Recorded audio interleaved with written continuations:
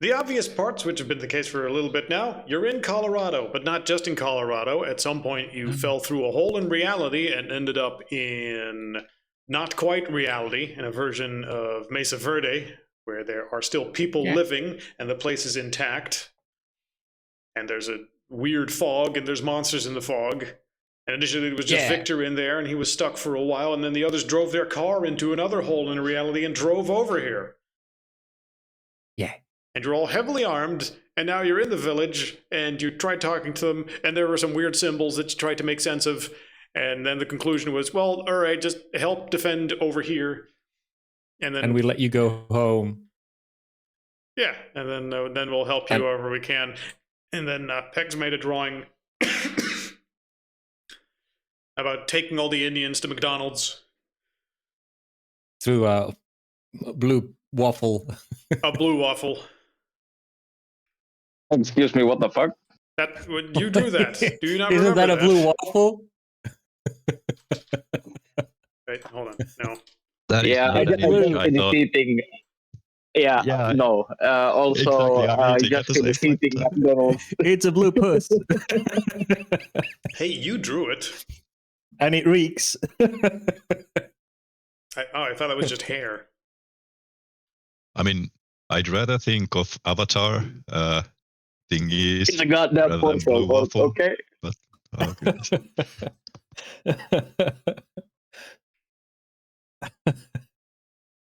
Anyway, and then you took up a defensive position, defended as we relearned gunplay again. Yes. As you fought off part of the horde. And during that, you saw some huge wolf figure howling and tearing through a large number of these as it was going around the village. Yep. And then, all of you collectively shat your pants and retreated up here. And Peter, being the brave soldier with hardened marine training, decided to start blasting immediately, and he's now shooting at the dog.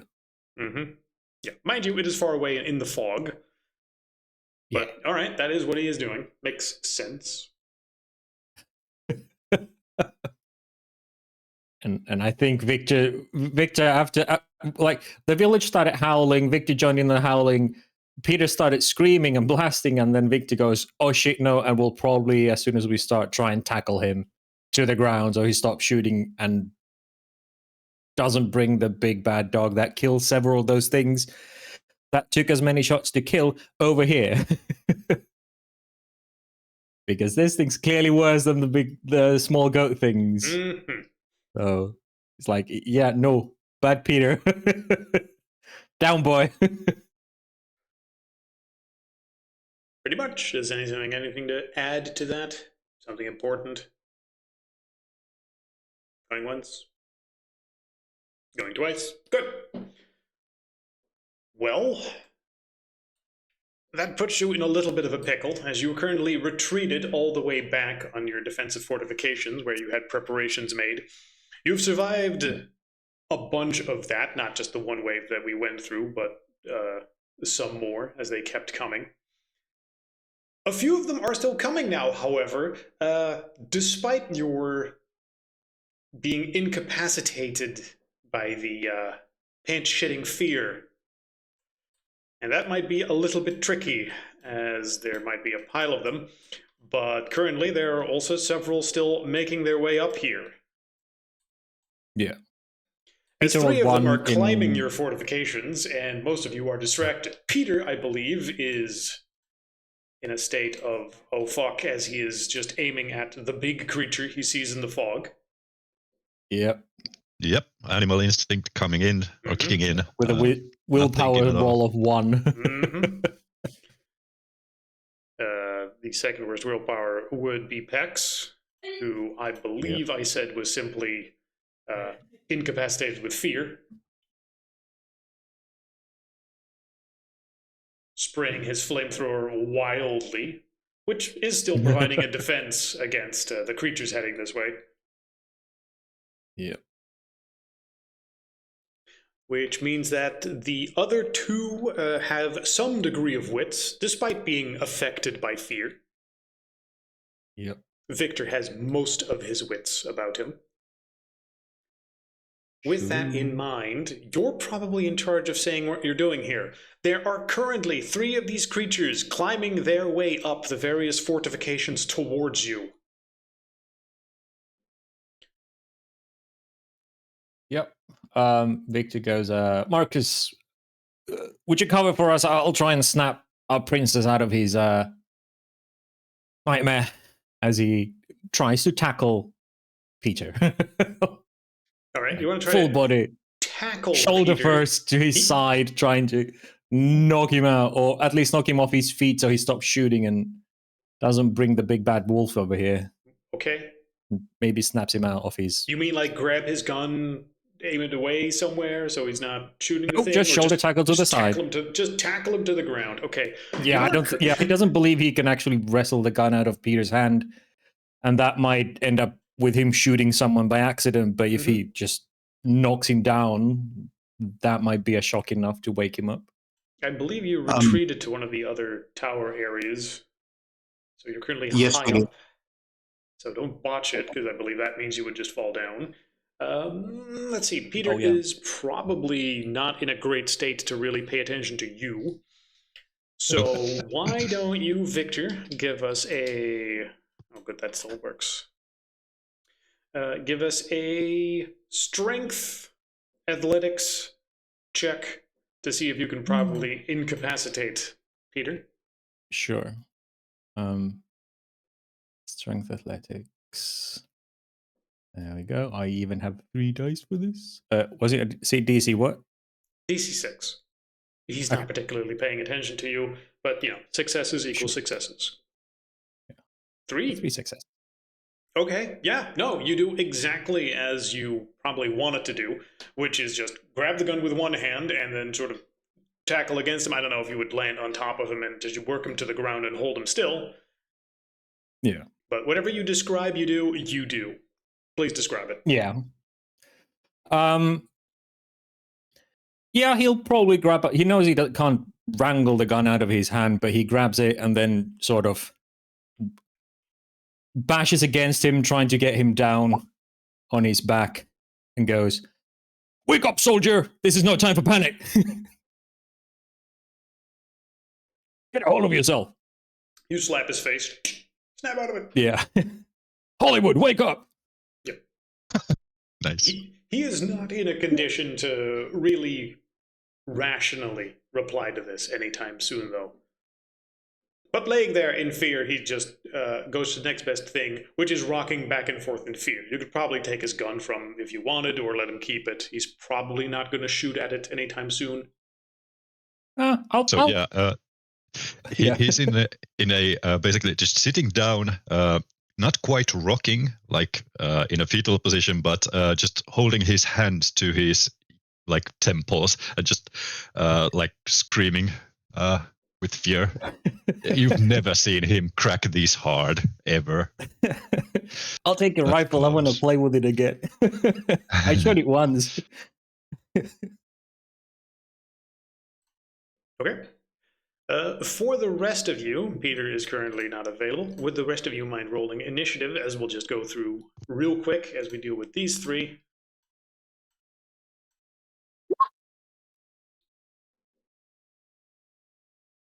Where is the tracker? Where is the... There it is.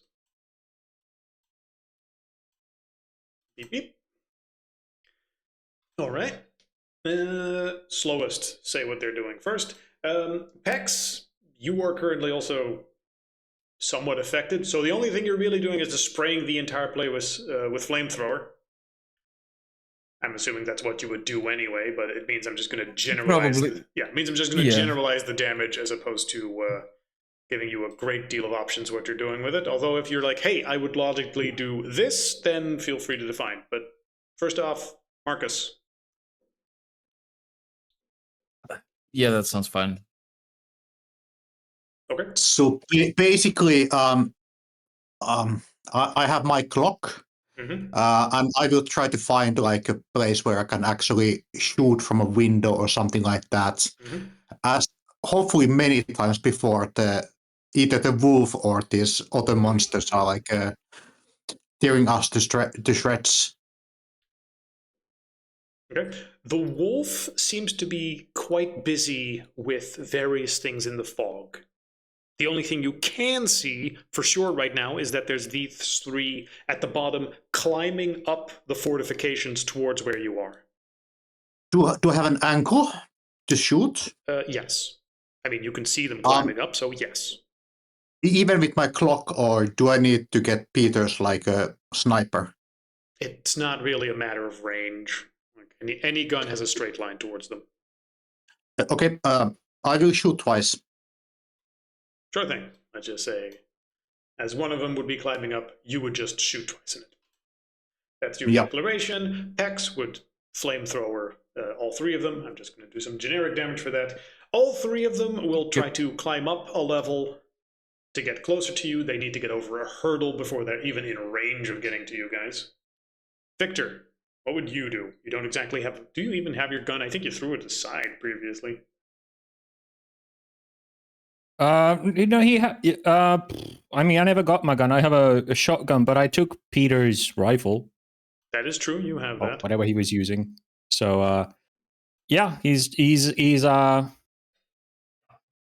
aiming for one of these guys, whichever is sort of closest and with the clearest view. Say that one. You move that one first. Yeah, so, sure. So you take Peter's rifle and you try to use that. You're quickest, so you get the first shot in. Okay. Dexterity firearms, just a single shot, which is the most straightforward. Yes. Goes. Pew. One success. One success still means a hit, which means then 8 damage dice, because the rifle does a lot. Roll. That is, it should probably still have the number of successes in there, but yeah. So 1, 2, 3, 4, 5. With 5 successes. Because of one's, you're correct. They negate. Yeah. Does that also apply to damage dice? Yeah, I guess so, huh? I guess so. All right. After which they go, well, hurt, and keep climbing. Marcus, if you could. Pex will just spray them, and I'll just assume, like, all right, let's just give them a very mild spraying all of them. If Roll20 wouldn't mind. Marcus, if you could do what you were going to do. Yeah, so I'm wounded, so I get -2 from that, and then I'm using doing 2 actions, so is that -1 more? That means -2 on each of the things, so -3 in total. Yep. As long as you still roll a single dice, you could still hit, but first one, miss. No, yeah. Second and then one. The second one.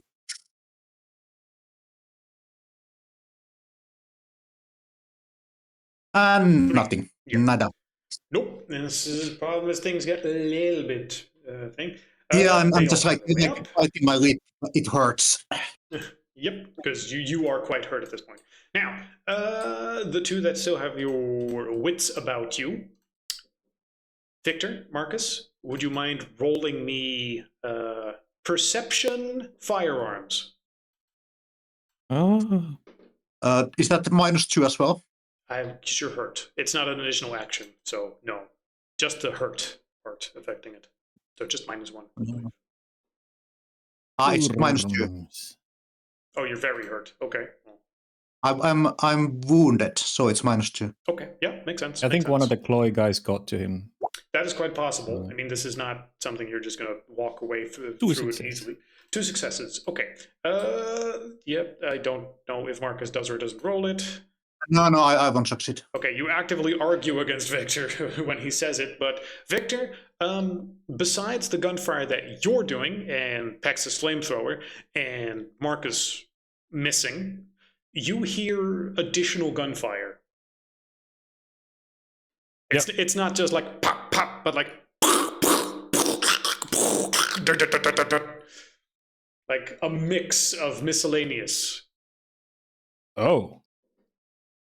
So it's not just him using guns. Because we know he had a gun. Mm-hmm. Oh, you know he has the Glock. Yeah, but if there's that sounded like there are multiple kinds of guns. So Mm-hmm. Anyway, for the next round, please all re-roll your initiative. yep. Since that is something I'm trying to remind myself of. Like, it's not D&D. You re-roll initiative every round. Also, as opposed to D&D, after 3 rounds, I just resolve things. Also, between rounds, well, never mind. I'm not sure if this is if it requires an action, so I'll just do my. We're in the middle of combat. I'm not doing it now. Let's I don't not have any discuss it right foresights, now, it's but fine. yeah. Although technically you can just roll that whenever, you know. You don't need my approval for that. Pex is fast is still doing stuff. They're all climbing up, and at which point they will be right in front of you after they're done climbing. So, at least that's what they're going to do, obviously. After that, Marcus, what would you do? One of them seems quite hurt. All of them are slightly toasty from the flamethrower.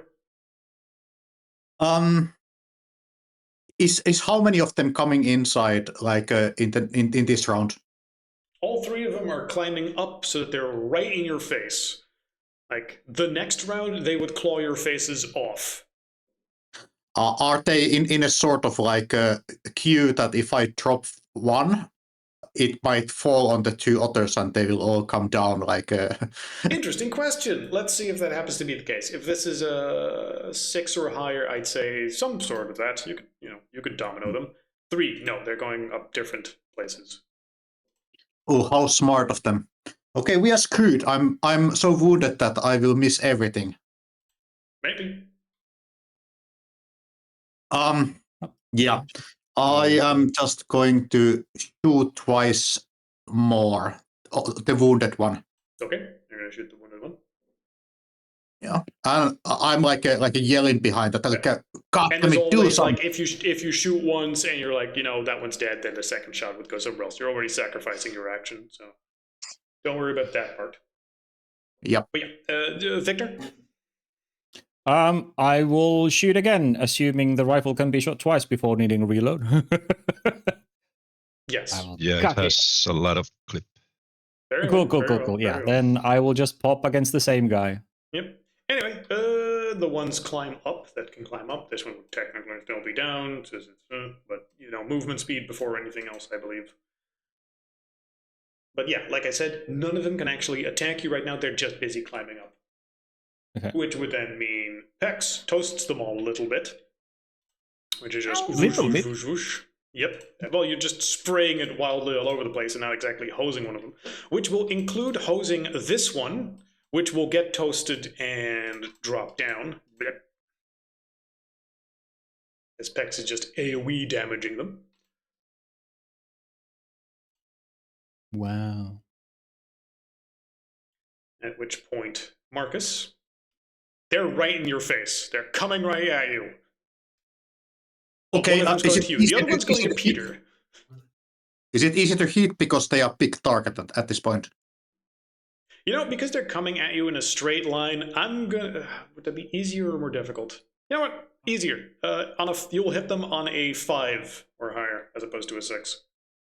All right. So -3 dice and 5 or higher. Yeah. 5 or higher. Fuck. No, nothing works. Oh goodness. Okay, we're all going to die. Let me see how bad that particular thing is that happens. Second I'm shot. one Depending on month how bad it is. Well, let's see. 10 is good, 1 is bad. Oh boy. Okay. Ooh.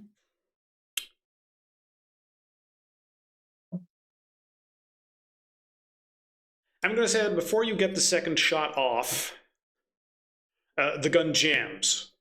Give me a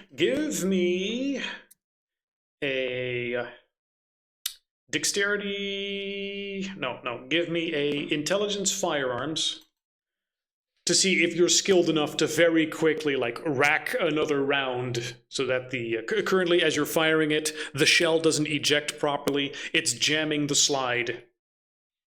Is that something you quickly recognize? Roll intelligence firearms to see if you very quickly recognize that and are trained enough to quickly unjam it so you can get that second shot in, which was a success. Is it going to be -2 as well from the wounds? You are wounded, so yes. Yeah. As you very quickly try to do that, your muscles ache. 2 successes. So, despite everything, the adrenaline in your system is very quickly repaired. You shoot once, clunk, fuck, but automatically you grab the slide, rack it back, get that brass out there. Slide goes back into place, and you pop it with the second slide, with the second bullet. Roll damage. And it was like 3d10? It's 4 damage, so you roll 4d10. And then is that one for the success, right? Or not? You add additional successes. So 1 success means you hit, but if you have 2 successes, you add 1 to the damage. So in this case, just 4. So 2. So 2 successes, which means this thing goes from 2 wounds to 4 wounds. Bop. And wait, where did my thing go? Here it is. Oh no. After which point, Victor, you have your rifle. Yep. They Rifle. are, however, closer, and while it's easier for Marcus to shoot, you are all the way in the back, and they are in front of you, potentially making it actually more difficult to hit. Well, Victor would be standing like in the picture. He would be standing behind the beefy guys. So Yeah. But it's still potentially more difficult to hit if this guy is like right in front of Pex. Are you going to shoot through Pex? Sure. That However, no. I'm rolling, and it's fairly easy how you're positioned, so I'm not going to give you a hard time with that. Okay. This one is heading toward Marcus and Pex. This one is heading towards Peter. Victor will probably shoot this one. All right. Because it is Peter's defenseless at the moment. Like beefy dudes can handle this one, but Peter's meal. So Perfectly fine. Roll your attack. Let's do the 2 successes, meaning you roll instead of 8, you roll 9 dice. Ooh. 10. Pew. 1, 2, 2. 3. Oh boy. Yeah, 2. Oh, just barely not enough. Fail. Skirting along the edge, 3 5s. Rolling 9 damage for 2. Mm-hmm. That's this system in a nutshell. It's like, yeah, hey, It's like not weapon he's used to, so. I know. That's a little thing this system does have.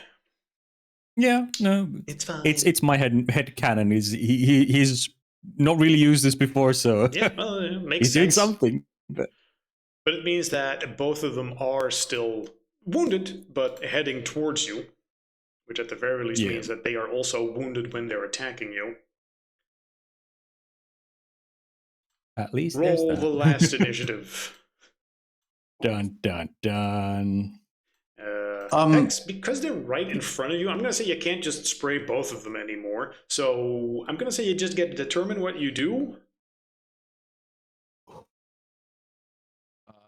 But it's going to be pretty tricky as if you're wounded with a -2 because you are panicking. Okay. Did everyone roll? No, I didn't. If you would mind. Is it a new round? Because yes, it's a new round. I can roll for you if you want. Yep. No, it's Every fine. I round. just yeah. Going once, going twice. There you go. Okay, good. Let's see. This one is the slowest on the left. This one is the fastest on the right. I'm going towards Peter still. I'm going to say that this one, due to Marcus constantly getting his face, is going to charge Marcus as he looks like an easy target. The other one is going for Peter as he is still sort of laying on the ground as a much easier target.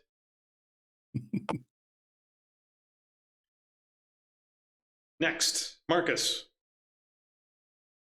He is right in front. He's coming with his claw at your face. How heavy does it look to be? The creature looks to be probably a little heavier than the average man. Okay, I am going to kick it, and I will hope to kick it out of the window when it starts to climb in. Okay. Next, Victor. And I will dodge if possible after that. If I fail on that. Okay, so judo, then dodge. Yep. Well, he's camping buddy, and Kitten is in danger, so he flips the rifle around, and it's going to be a billy club as he's going to try and smack a bitch. All right. With it. Yep, make melee with it. Good. Yep. Pex, you are panicking. You have full control of your actions, but you do have -2 on whatever it is you choose to do because you're panicking. These are in front of me, and they have been climbing this set of whatever buildings. wall, palisade, yes, set of buildings. Chest kick it down. Okay. Not doing multiple actions, I guess, because panic Perfectly -2. fair. All right, let's resolve and see how this goes. Starting at the top, you're first, so as they move and climb up, you have your choice as to which one you would kick. Whichever ends up close to me, I don't know. All right, just roll. It's a brawl, so roll strength or dexterity brawl. I honestly forget which one. Think it's dexterity to attack. Mm-hmm. I remember No, making I'm that as well. strength for sure. I'm just gonna kick hard.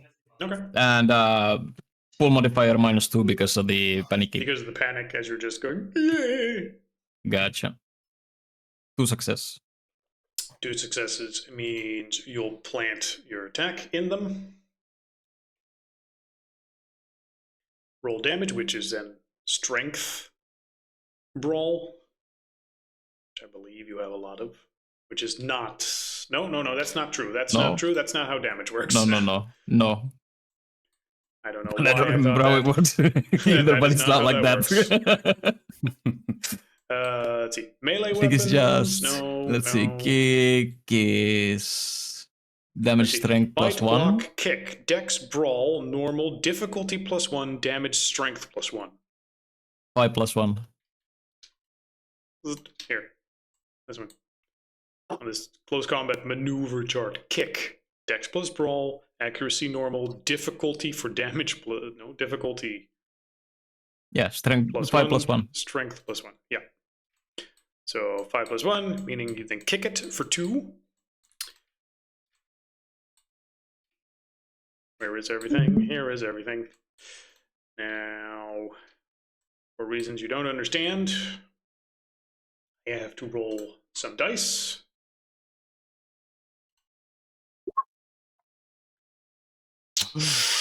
Okay, so as you plant your foot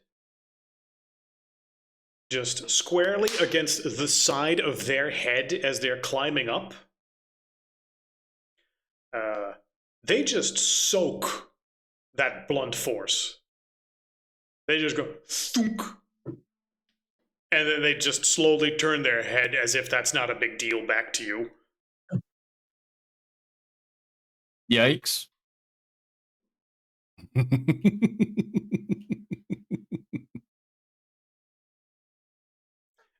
also I'm going to say that it was this one, so we'll just put you over here. After Pex, Victor, you said you're going over here and smacking the same one. Oh, no, it's that guy's turn. I also want to... I want to clarify. I heard you said 2. What is 2? Did you not roll damage over? So he soaks 2. But you didn't roll damage then, did you? Yeah, because damage is just strength +1, right? Yes. And then you said 2. My strength is 5. I'm I was confused with the. I thought you rolled what 2 is successes, but I'm looking back on it, you didn't actually roll your damage yet. So Right, but Yeah, that was just the attack. yeah, roll your damage, please. so is that amount of damage die? Strength plus 1, yes. Okay. Hey. 1, 2, 3. That's 3. Ooh. Ooh. Okay, well that changes things ever so slightly, since you deal 3 It's actually successes, just 1. making it. Because of the it's true, because there are 2 ones in Nat it. ones. So yeah. Yeah, fuck. It's Ones and the ones keep damage. fucking me up. We need a macro for What do this. ones do for damage? The ones reduce a success on any D10 roll. How do they take away from the success if it's just damage dice? That's how every dice works. Yeah. With the D10. That's how every dice has worked so far. A 1 detracts a success. Indeed. And you deal damage equal to the number of successes. Right, but there. Huh? So Yeah, if so you roll got a 3 success successes, a and you 1, got 2 nat ones. The 2 nat ones absorb 2 of the successes, so you only have 1 On the damage dice, success. not on Yes. the hit, right? Yeah, on the damage dice. Yes. Okay, so even on the damage, the ones are just super fucky and Yes, I don't they're deal just any damage. Don't roll a 1.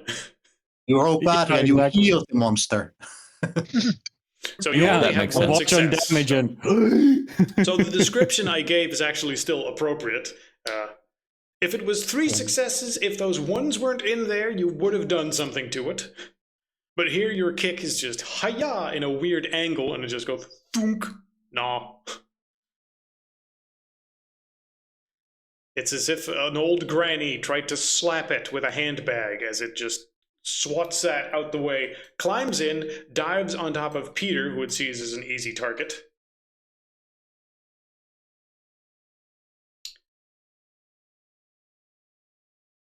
And Yep.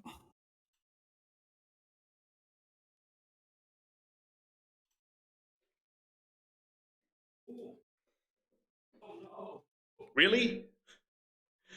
All right. Peter, despite everything, is sort of rolling out of the way, and it only gets 1 success in, which still means it, grabs and grapples and slices him up, but probably doesn't mean it's going to kill him in one go. That's only 2 successes, so it grabs Peter by the back of the head. But there's Was also it, we have to take into account stamina, which is I think the automatic. No, let me ask. Oh wait, no, is that's it, lethal. Yeah, that's not yeah, is it lethal or bruising? This is bruising. Oh, so then it does the stamina automatically applies, even if you're like unconscious. Okay, well, you're Yes, not stamina is for unconscious, when but you it's not- can't defend. So It allows you to soak, so it's not automatically that it's just minus your stamina. It means you roll your stamina to see how much of this damage you Yes. absorb. right, well, fair point. Yeah, but that's something. Even if you don't have an action to defend or dodge, I think stamina. It's but our rolls today, holy moly! I'm gonna say he adds a damage point for that. As Peter is whining and crying on the floor and has a critical stamina failure, as he chokes on some saliva as he's just fear panicking, as this creature is also grabbing Peter's head and lifting it up and smashing it against the floor. Peter poses and goes, "Got me like you got one of your French girls." Yeah. As Peter, I believe, has 3 damage at the time. Before, so now I'm wounded at minus. Okay, so you're at 4 wounds. Yeah. Welcome to club. Yep. Uh-huh. Yeah. Victor, you Yep, wanted to run well- in and smash this thing in the face with the rifle. of the Sure club. do. So it starts with dexterity melee because I have a weapon, I guess. Go on. Let's try to not hit Peter. Which for That some would reason be you have cool. less dice with than. Yeah, because I with have 2 in firearm. firearms and only 1 in melee. So Okay, yeah. But you still hit. And this It's is one some success. form of improvised club, which. and I think that is club was a +1, wasn't it? Club strength +1. Yeah. Okay. Where- Oh, right. So this Hold is on. the Fuck, why are all these charts all over the place? So just what? Strength +1. My strength is right. I'll just use it like this. Yeah, +1. Why can't I find any of the weapons? Oh, here we go. Melee weapon. Sap? What the fuck is a sap?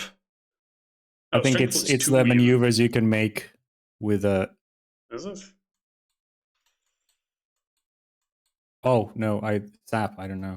I don't know what the fuck sap three, is. 2 successes. With Hooray! no, not once. Right. Maybe Sap is this game's version of a goblin. So you take some poor Sap and just start smacking with him. Okay. It neutralizes a little bit of the damage, but you crack it in the head, causing it to sufficiently tumble backwards out of the window and out of the place. Yeah. Victor goes, "Not my kitten, you bitch!" Okay. Marcus, all up to you for this last one. Who's coming for you? Okay, I'm going to take a few steps of speed, grimacing as my wound hurts, and I'm going to drop kick it, basically getting as much of my weight to the kick as possible. Okay. And is it gonna be a dexterity or strength brawl? You're jump kicking it, so dexterity brawl. Why can't it be strength? That's where I'm good at. You're describing it as like a flying like. Tell me that a big jump is not acrobatic in a way. Yeah, but it's like a crawling in like inside. It's not moving. It's not a moving target. It's like a very easy to hit, I would think. But I will roll it. I mean, then describe it as just running at it and punching it in the head or something. But I'm just gonna fucking charge it. Okay, good. Is that right? I pirouette through the air like a ballerina. What do you mean? It's just like what my weight on a big kick, but I can also charge it like a charge attack. So -2 from my wounds. Don't crit fail, or you're going out that window. Yeah, 1 success. 1 success means a hit, means you deal your damage. All right, okay. So it's a 3. I have strength 3, so strength 3 +1 damage because you're doing a thing. Yep. If it's a kick, a charge, whatever we're calling it. Don't worry about it. Let's move on. Yeah. So 2 damage. 1 success. I'm seeing 1 success on the 3d10. Yeah, but that was the +1, or is it +1. also? You're right. It's +1 dice. Yes, it's +1. Yeah, that's just one more die you roll. Yeah. Not an is it automatic success. damage, or do I need to roll that as well? You need to roll as well. Okay, then I will roll 1d10 up. It's like, okay. That is one thing in this game system. It's you don't get free stuff. There you go, 2 successes. Yeah. The bonus dice is not something that just gets flat added to it. You need to roll a fuck ton of dice sometimes. You need to earn that success. Yeah. If 1 each dice is 10, then 2 successes. No, but if you're specialized in something, 10 can give you a reroll, an additional dice. I am kind of specialized on brawl. I have 4 brawl. You know what? Fuck it, I'll allow it. Roll an extra dice. You are a club bouncer. No, wait, that's Pex. You are a criminal. Yeah, but I think the extra dice ones don't count as a... I'm not going to detract it for this one. That would be ever so slightly lame. Yeah. You didn't succeed at all now. Yeah, well, I need to banana peel on the floor, and I will step on it and hit my head on the floor. Yeah. And see stars. Imagine your 1 success is a 10, and that rolls your 1, and he goes, I subtract. Okay, so let's just say you charge up to this thing and knee it in the mouth. It partially absorbs the blow, but still, you break its jaw, toss it out the window, it tumbles down, dunk, dunk, dunk, dunk, dunk. It bounces several times, and the fight is over. As the rest of the fighting around the village seems to be dying down. I hate my life. I will sit down, like, see my wounds. You are quite hurt. Peter also seems like he is quite a bit messed up. Some of the wounds are superficial that you guys have. Some are not. Yep. And we heal fast, but still. That is Yeah, true. luckily that's true. we heal. Yeah. Like, who cares if these 30 guys minutes I was get going to hurt? use medicine on Peter, but it's fine. I was Is going to everybody heal okay? you. Is everybody alive? Yep. He says with a sigh. All right. Hey, you guys, snap out of it. I said to Peter and and Bruno. Where is it? They're gone for now. Can I get the rifle, please? No, No? I might need to hit something with it again. Okay. There's a stone. Use that one. But this one's a longer reach. I could also shoot something with it. I hit something with it twice. Somebody needs to like keep an eye out, like that. There's not coming more of those. Victor will peer out of the tower. Okay, keep an eye of those, and I will try to fix my wounds and Peter's. As you peer out of the tower, you will see that a few of these creatures are still going around, but not nearly as much as you saw during the height of all of this. Additionally, the fog that was previously encroaching all around the village has now seemingly dissipated and retreated further than you have seen it at any point during your stay here. Okay. Victor's feeling heroic, and he has Peter's rifle, and he's in his fighter man fantasy at the moment, so he will aim the rifle out of the tower and try and emulate Peter and try and snipe some of the guys down there that are clearly baddies. Please don't botch.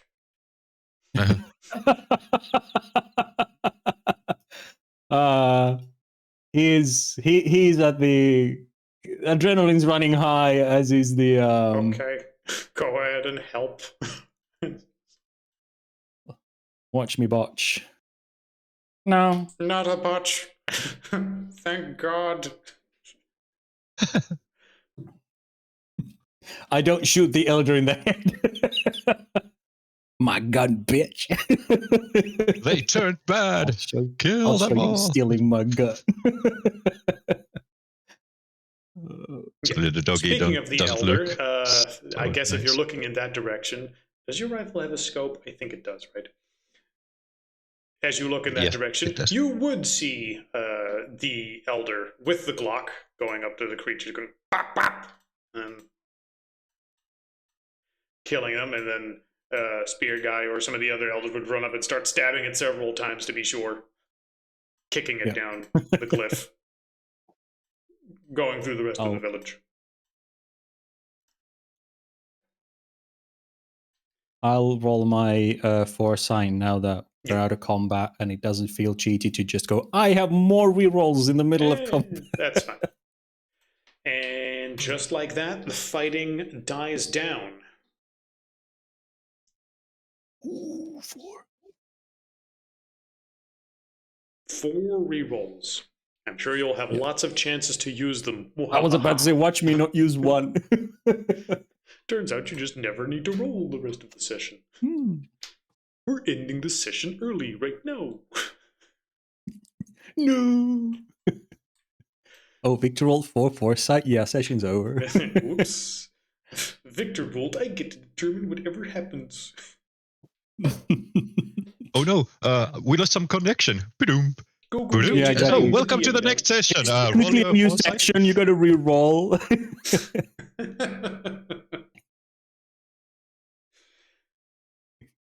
But yes, it'll take a while before Peter seems to be himself again. So for the coming day, he's just not going to be quite himself.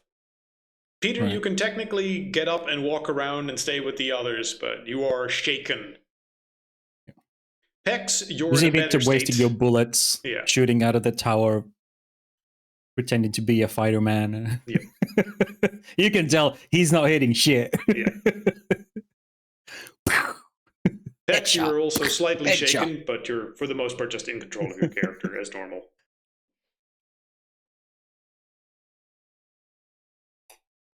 So all of you are alive.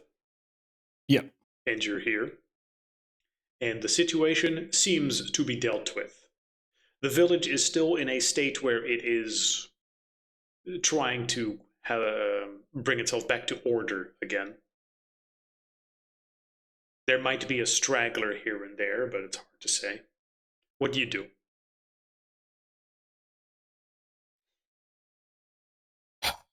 Maybe we should rest a bit. Let the guys shaky guy. What do we do? Yeah, Peter, you have the spotlight as everyone just sort of looks at each other and goes, "What do we do?" Oh, Victor's still using the scope to look in the mist for enemies to shoot. No, it's gone. Where is it? Tell me it's Puppy's over. Gone. Well, I hit it in the jaw and dropped it out of the tower. You should have seen it was amazing. Me and Peck saved your life. Well, you were crying like a bitch.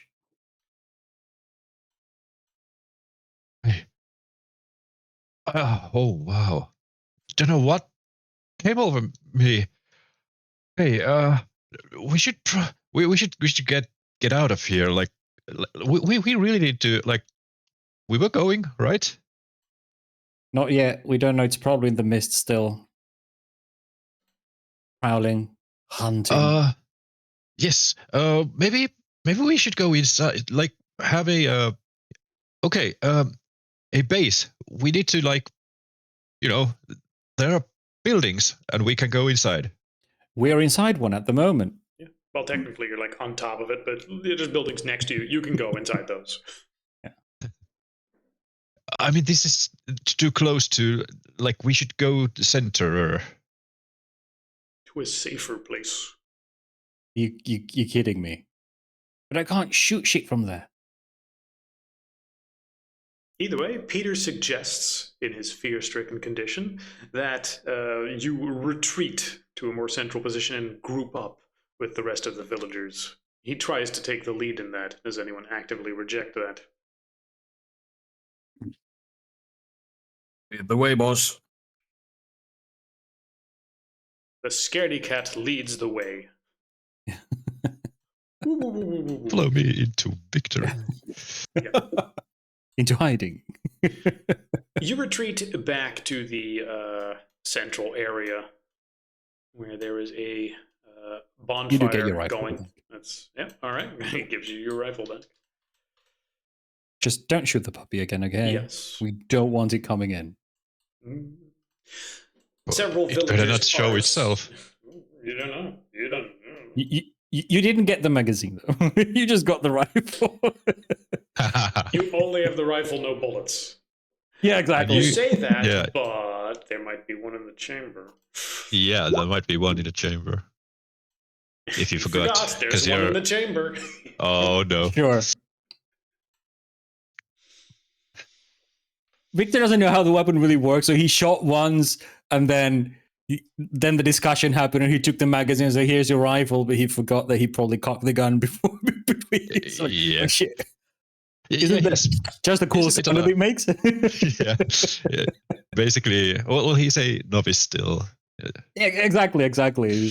He's only once before they shot with the rifle, and that was at close range in a panic, so he doesn't know. All right. He doesn't know the details. Makes perfect sense this way.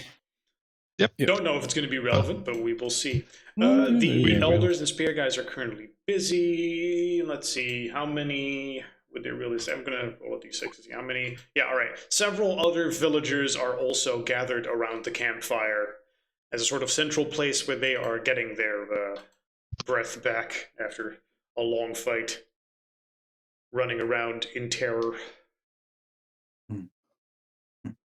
a mix of terror and elation that it's over, and joy at other things. Did you guys recognize that wolf-looking creature? Like, it seems that you were starting to shoot at it. Peter seemed to do. Peter's the only one that seemed to recognize it as opposed to just be afraid of it. Yeah. It's just but it reminded me of a. I'll tell you another time, but I've seen something again. Yeah, something like that. He completely forgets that he's even told the story to Victor, so Victor actually knows how to recount. Yep. Story. It kind of looked like it was on our side. It was taking those creatures down one by one, and then it disappeared to the forest. I imagine it's more like it was looking at a buffet and the snack table, and went after the buffet instead. The locals described them as two evils that are sort of tearing each other apart. So it's only protecting us because it's hunting its prey. And you don't want to be on the the other side, like it attacking you. At least if my memory, if it's the same kind of. Victor leaves the group to. I'm assuming there are some places where people are getting tended, and he will sort of head over there and employ his medicine skill to help the injured. Go ahead and just roll a medicine skill so we know whether or not you're being helpful or not. Intelligence medicine? Yes. I think I put some points. You don't want to start with like your own team members, maybe? You guys said you heal fast. Apparently he doesn't. He sort of left in the middle of the conversation. Okay. 2 successes. Both 10s. Yeah. Despite the lack of traditional medicine that you're used to, traditional, I suppose, normal, real world, non-Indian, you make do. You make do and you make yourself useful. Yeah, I mean, his medicine is going through the sources that the Arcanum Britannia were like, oh, here are some field medicine things you can use. And first aid stuff and stuff like that. So it's less like go to the medicine cabinet and go like, I don't know, stuff this into the wound and wrap it up with something, because you probably don't have a Band-Aid and a medicine cabinet nearby. So... as you are tending to some of the wounded, yeah. Let's just say that it's where did I put them? He doesn't tell the others where. He just, as Peter's recounting the tale, Victor just leaves. You know this village better than the others. Yeah. He's the Lone Ranger.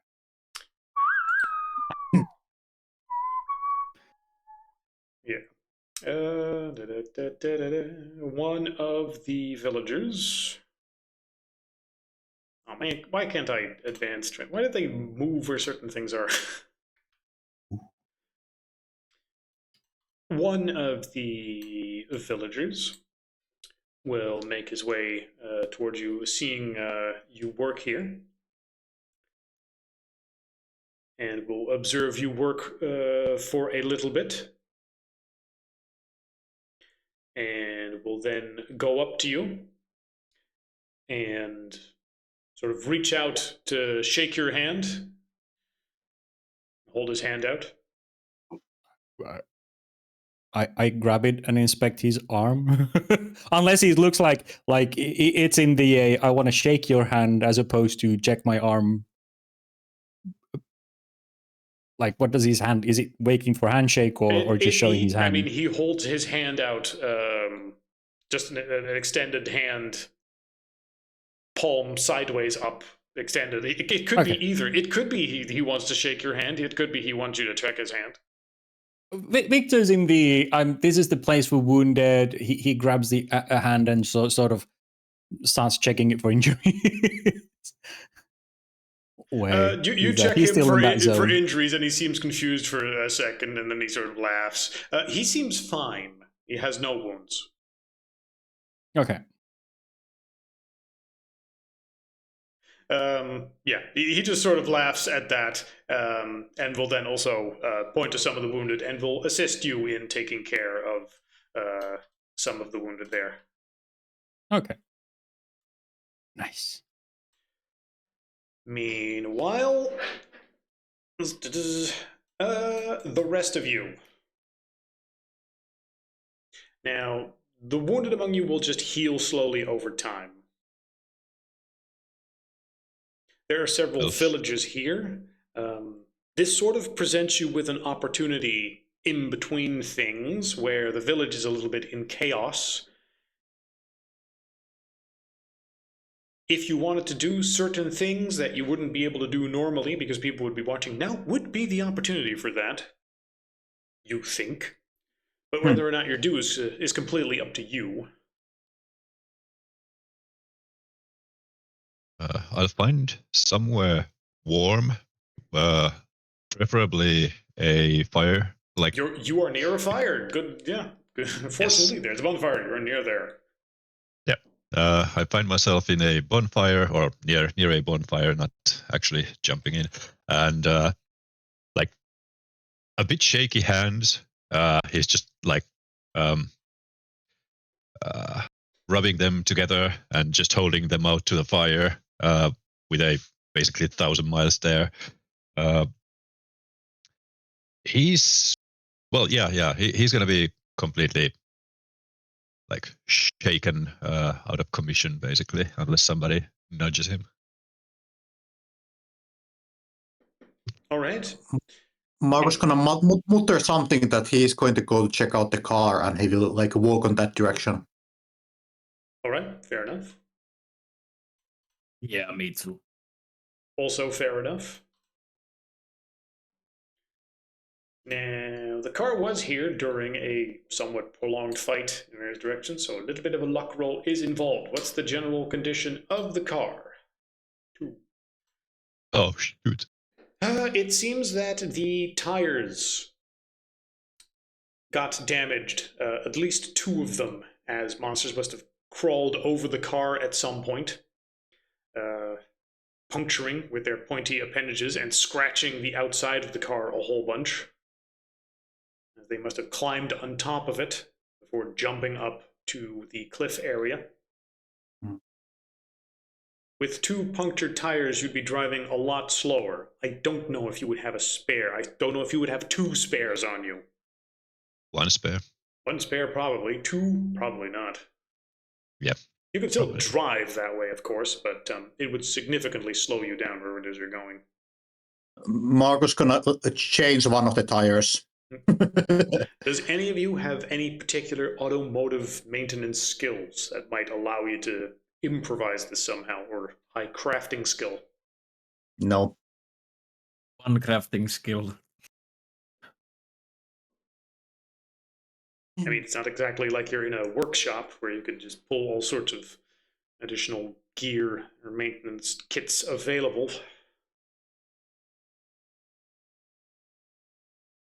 Anything you want to try besides just changing the 1 tire, which is easy enough, but it still means you have 1 flat. Yeah, I'm trying to like think about like what could we actually put inside the tire, and maybe just somehow tie it so it would have a little bit of bulk to like you know what I mean. Like I have absolutely no skill. I'm going to like see if in the village there would be some like a craftsman, like somebody who is working with maybe like a leather or something like that. Maybe I can try to get some help, but maybe that will wait till like a couple of hours. All right. Until then, you 2 real quick will just replace 1 of the tires. All right. All fine. Yep. Unless there's something special that you're talking about doing, some time will pass as you're busy maintaining the car, shivering next to the fire, taking care of the wounded. see. An amount of time will pass, and after the fight settles down, let's see who is in a position to see something. Peter, I think you're the only one that's in a position to really see anything. You would see a scene where some guy talks to the elder and spear guy, and Thomas would be there. You would just see them talking. You do not understand the language, and you're busy sort of shaking next to the fire. Yeah. Would you be paying attention to that in any way? I would think I wouldn't, because yeah, he's too busy in his own thoughts.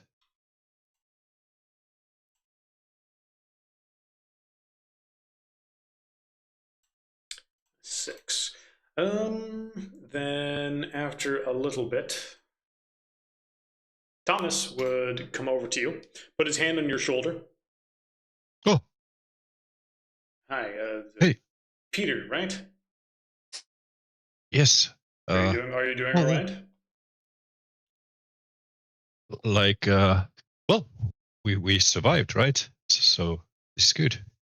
Yeah. That was a lot more hectic than I thought it was going to be. I'm not particularly good in a fight, so they just had me hide away with the women and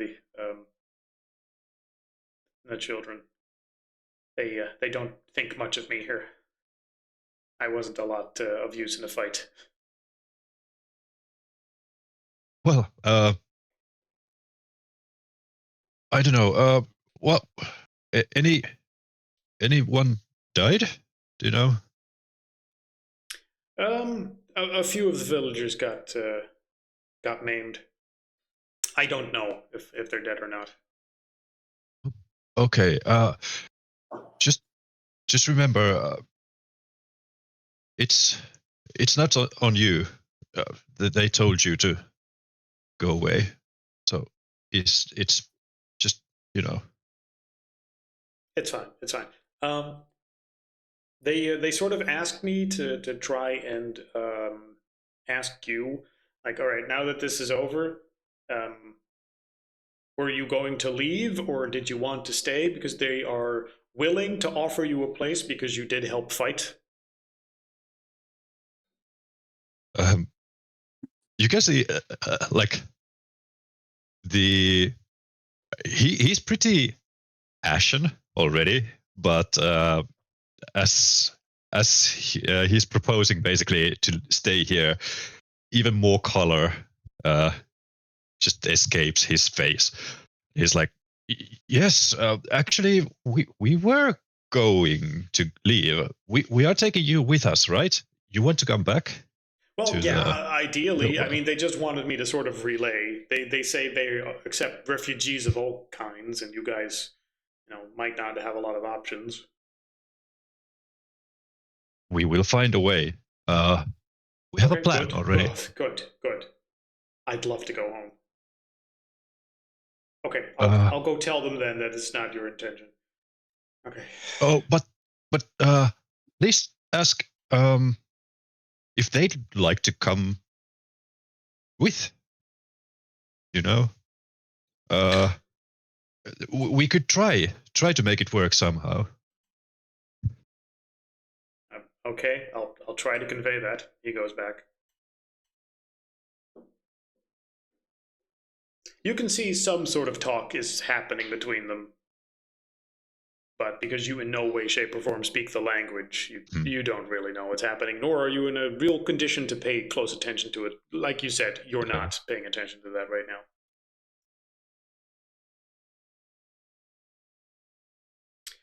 Now, who would be done first and who's doing what? Honestly, let's just leave this one up to the dice.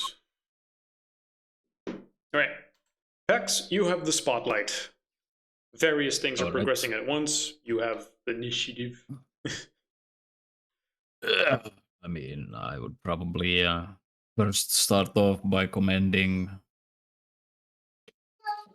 Marcus on not escaping I'm taking the car and just driving off. Although, I mean, the tires are busted, so One of the tire is currently busted. The two of you have replaced one of the tires, but it means you're out of spare.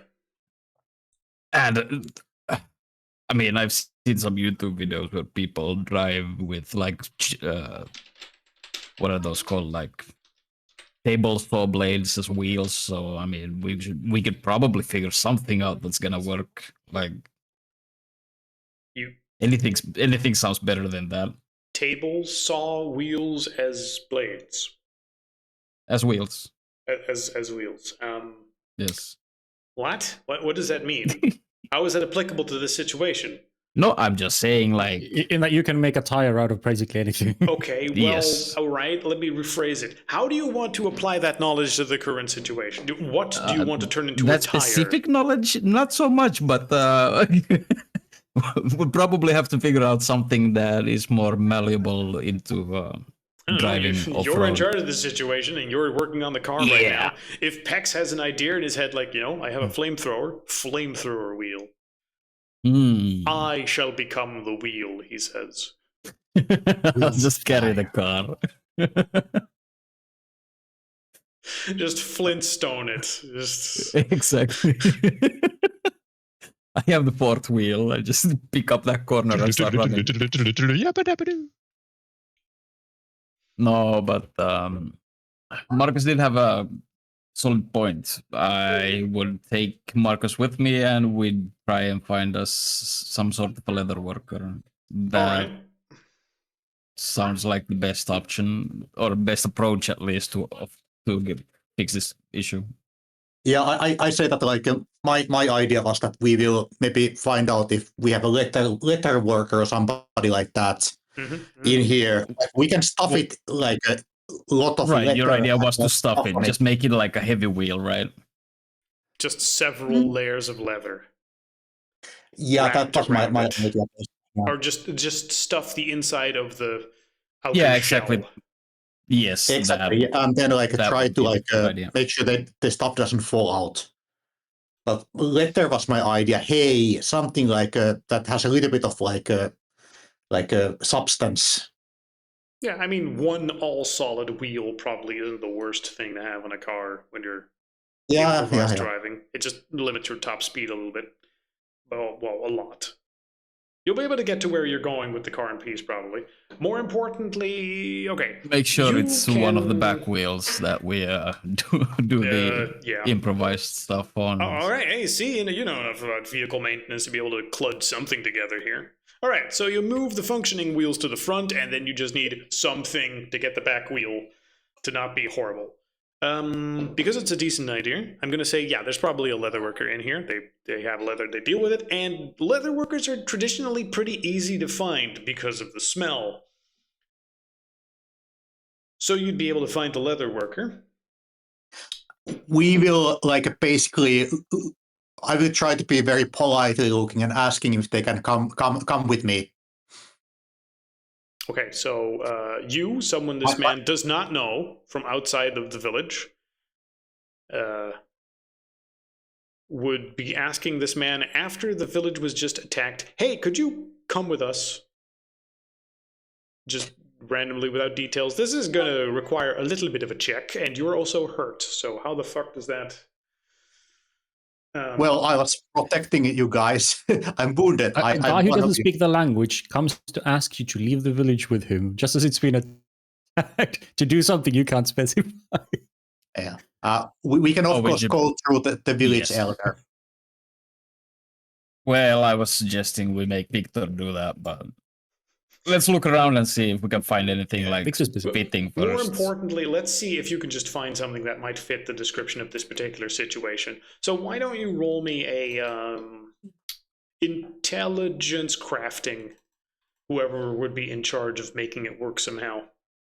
Yeah, let me draw.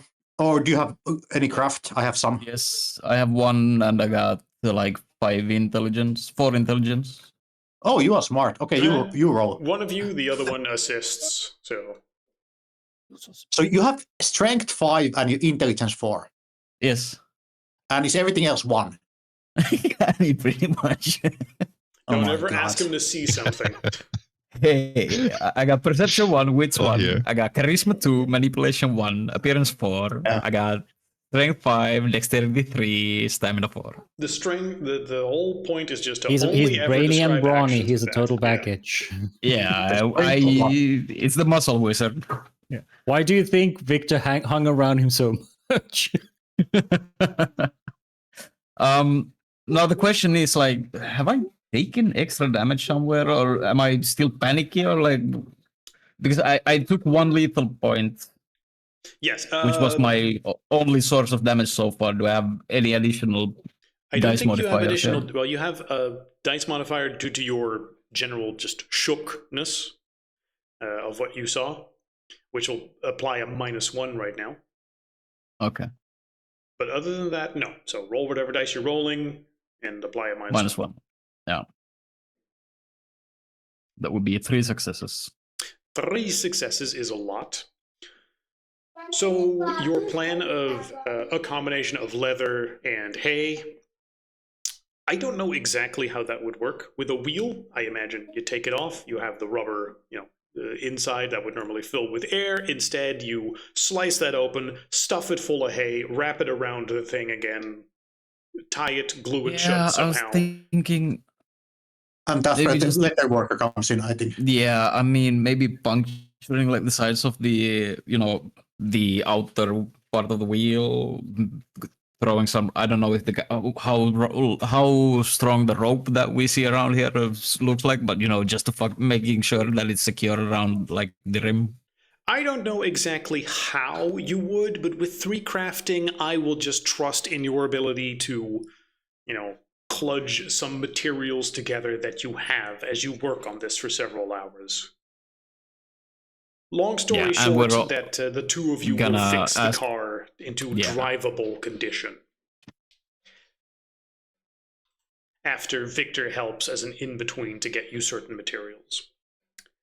Which means you have 1 wheel, effectively some sort of leather rope-bound homunculus wheel. And I'm going to go to Peter's car and grab a couple of beers and bring us some crafting beers. Beers from Because the... If you're involving Victor, Victor does suggest that you try not getting drunk because I know there's a penalty. just a couple of crafting brewskis. Victor does suggest you try a wooden wheel with the gutted rubber of the actual car's actual wheel, sort of like wrapped and tied around the outer edge to give a bit of bounce and sort of cushioning against the road. It's like, I mean, cartwheels worked for centuries. Why not just try one of those and just gut the wheel and use the rubber as a softening material? However, Pex, being several beers in, would then hold up his creation to Victor and go, "That's a great idea. How about counterpoint?" And then holds up his leather rope hay monstrosity and goes, "Fuck you. My thing works."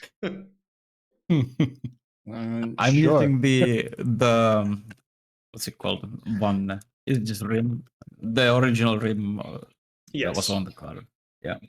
You reuse the parts that weren't damaged and create some other new stuff. Can I roll, just out of curiosity, as Victor is designing that, can I roll a craft just to see how well it would compare to Pex's? Sure, roll me wits crafting as you try to assess his situation.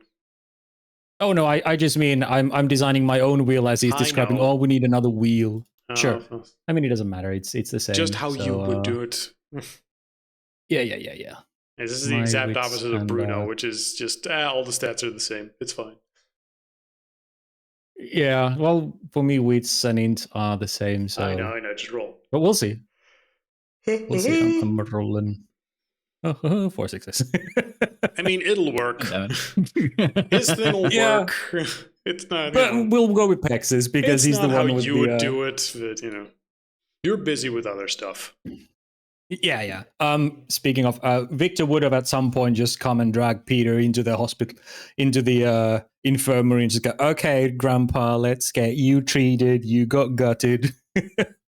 You're next. The locals are done.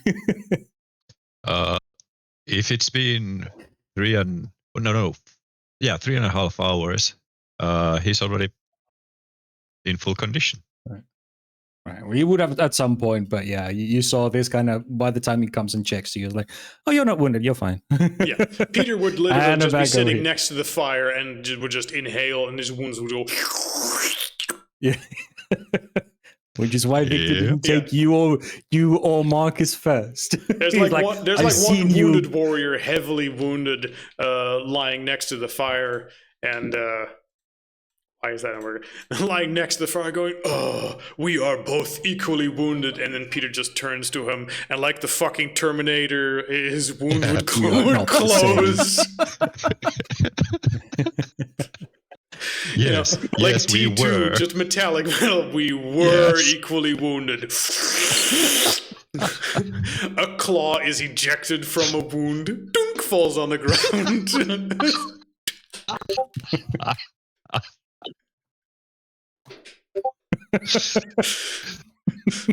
Peter's like, we are not the same. Yeah, it's not about trying to stay alive better, but getting your healing factor to be so good that when somebody shoots at you, you can just shoot them back with your body. The body heals so quickly. It just fucking shoots the bullet back. It's Oh, I thought it was like in Mask. He just inhales and the All holes the disappear bullets and in the his bullets mouth, go in. He yeah. just spits them out. That was exactly what I was like envisioning, except it just comes out of your body like.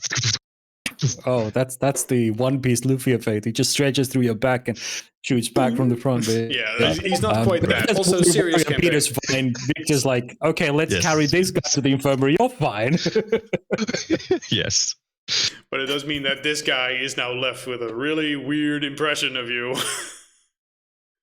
Yeah, but it's like Victor comes and fetches Peter. Peter's fine. Victor notices the guy and goes, Peter, help me carry this guy carry to this the guy to the infirmary. You're infirmary." fine. You don't need it. Yeah. And he's back to treating him. Yeah. Yes, and it does good that was it Thomas came and talked, and also to do some manual labor for Victor. Your Victor starts ordering around, yeah. fetch me this, Your bring me mental that. condition, however, will stay messed up for at least a while longer, Shaken, not stirred. Yep. which is a wound that apparently cannot be healed quickly with this Yes. attribute of yours. But yeah, helping out in the infirmary. After the immediate problems are taken care of, I'm going to... 6. Okay. I'm going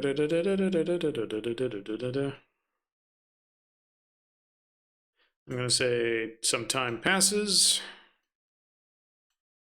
Let's see, what do we have? We have stuff, we have stuff. What is and isn't immediately around? Yeah. The entire day will simply pass, and nighttime will come. And no one's really instructed you to do anything. You've just been sort of free to spend some time here as much as you can. Several of the villagers will know who you are at this point and know that you helped out with the fight. As such, will have a begrudging respect for you, even though they don't know the details. They're like, well, they fought on our side. No biggie. Like, that is a special sort of bond. Watch during the night. Absolutely. Okay. I mean, does the villagers keep any sort of watch, like Normally, people on the yes.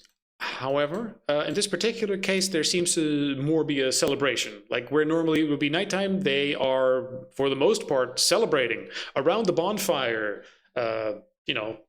Piles of food, several jugs of apparently alcohol.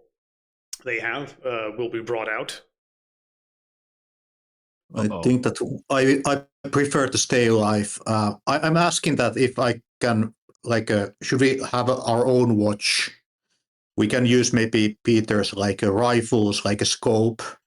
The place where we were defending ourselves had a good view. We can of course have our own little like a fire there or something like good that. 14-yard view or something. I mean, speaking of, how does the fog look like after the fight? Is it creeping away, or After can the we see fight, any further into the surrounding area? Well, yes. Initially, after the fight, Victor particularly would also have immediately noticed that the fog was further away than it had been at any point before. And up to this point, at nighttime, the fog would always largely come back. But even now, it is far further away than it has been at any point. So previously at night, it would surround the village to be right at the perimeter, thanks to that smoke. And while there is still smoke in the bonfire, those herbs tossed in the bonfire, it is now well outside the village. So these lines of how far it was coming, those aren't necessary anymore. It's, at least 500 meters before you even start considering it a little bit foggy outside the village.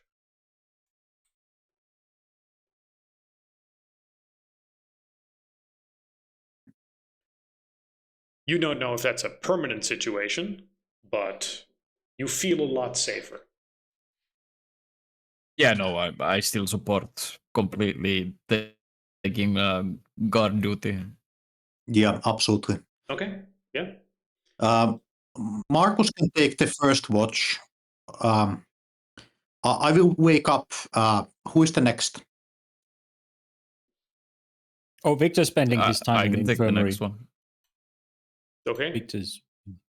Victor is not there. Well, I mean, it's nighttime, remember? Are you spending your nights sleeping in the infirmary? Yep. Well, it depends on how hurt. I mean, that one guy with 5 injuries looks like he's about to die. I guess I'm recruiting Thomas to be the third one.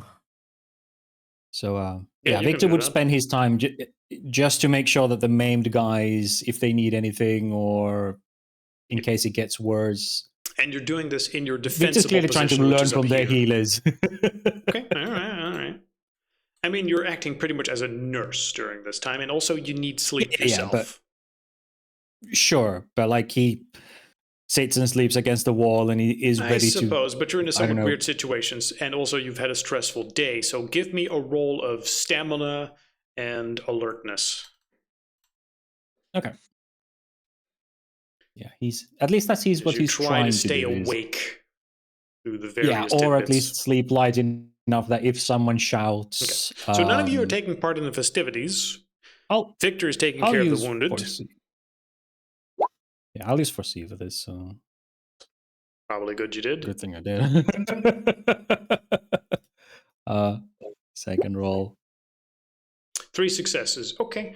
3 successes. Yep, you power yourself through and are able to stay awake the entire night. You don't feel good, but you're able to do it. Yeah. He will bring them food from the celebrations and maybe a bit of alcohol, but less partying, more actually working and helping the people. Okay. Meanwhile, you guys get Thomas recruited as your guard duty for that additional slot. You rotate between the 4 of you on guard with rifle and just scouting the area.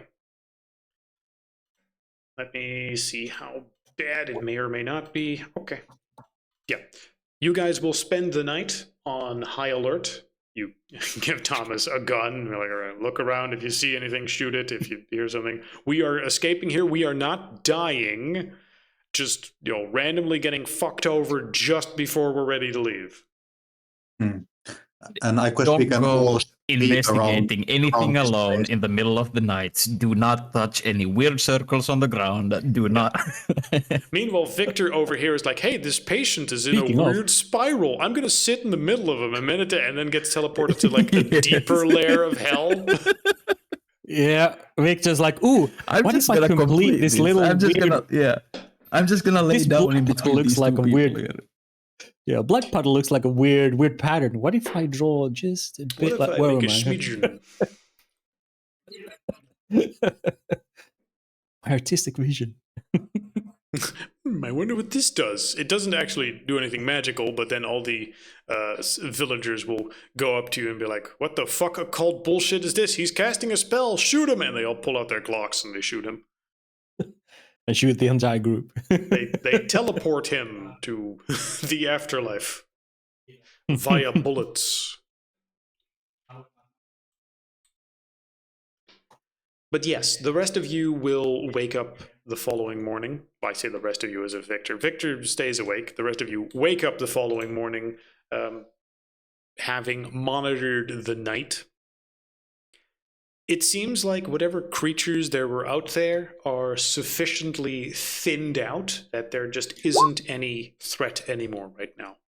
At least not in any sort of close proximity to the village.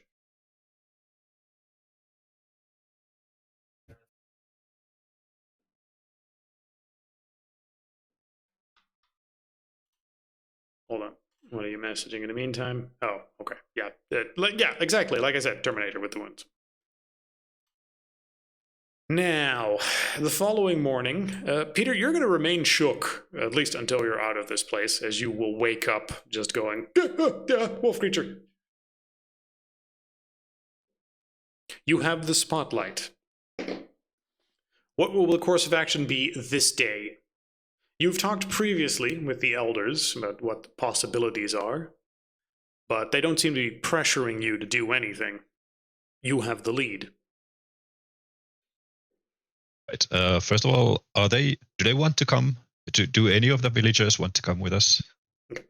So I'm assuming you would gather everyone and, with the help of Victor, try to talk to the elders, right? That's the part that makes sense? Yeah, probably. Okay, I'm going to do the talking via Victor, but with you. So you try to ask the question like, all right, so do any of them want to come with us?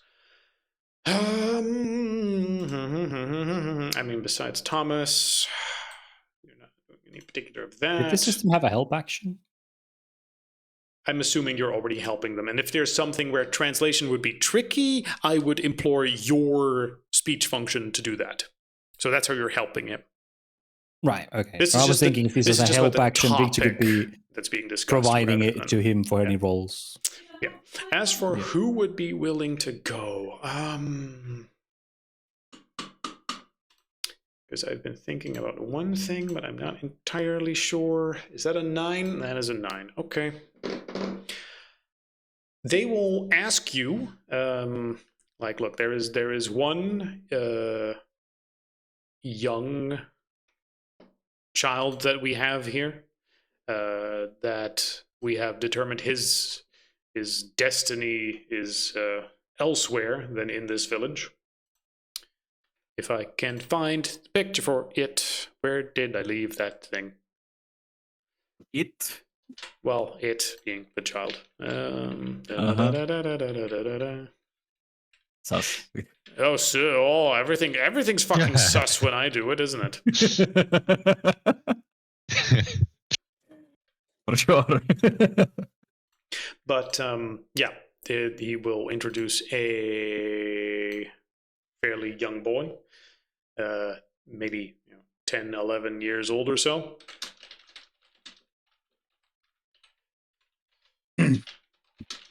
The 10 years old.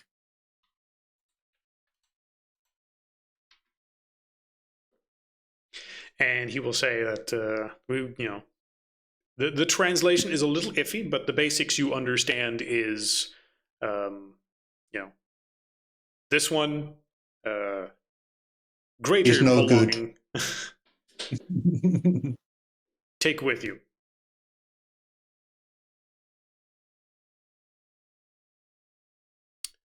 Okay. Get the thing. One it coming with us. How about Turns to Peter. And that is sort How of a about it's- request. Like it's the only one that really wanted to. Yeah.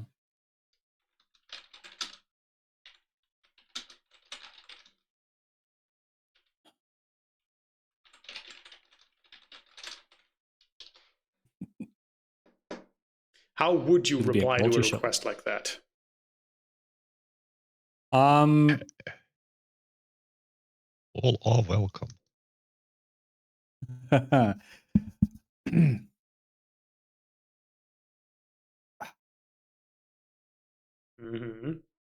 Yeah, man. Well, yeah. Oh, I was muted. Why? Victor would Where is this point boy's out that the- mother? Where is this boy's father?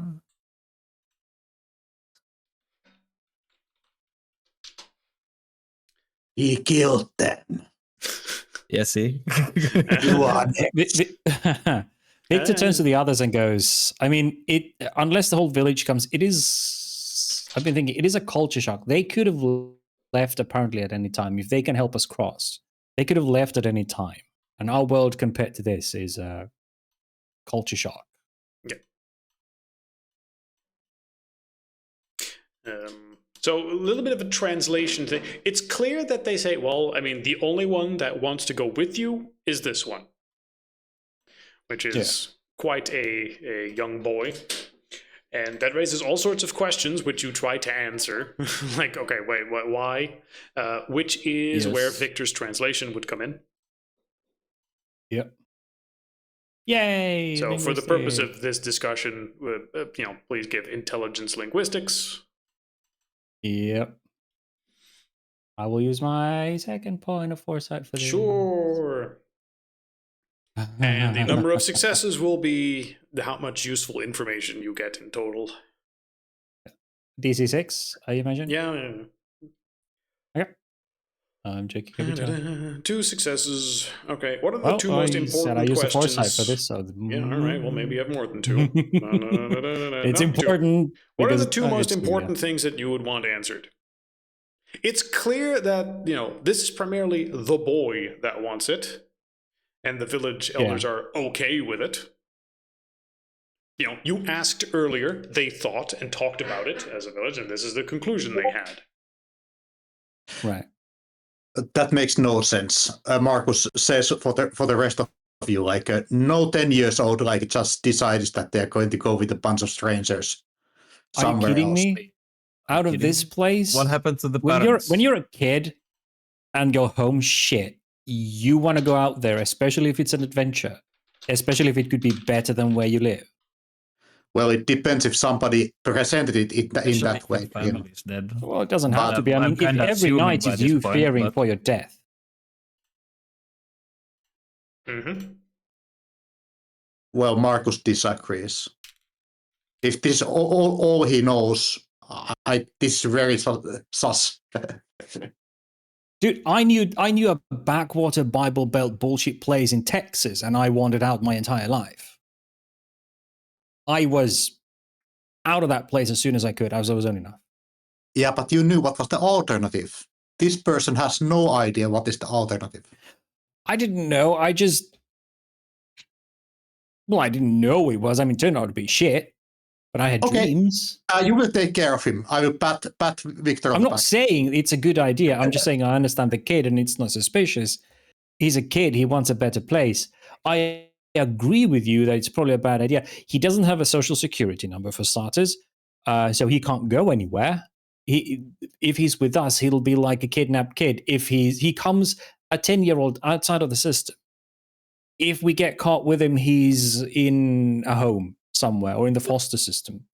So just say we're in prison for kidnapping a child. Not necessarily the worst. As a small Yeah, note, but we'll be in prison for kidnapping a fucking child.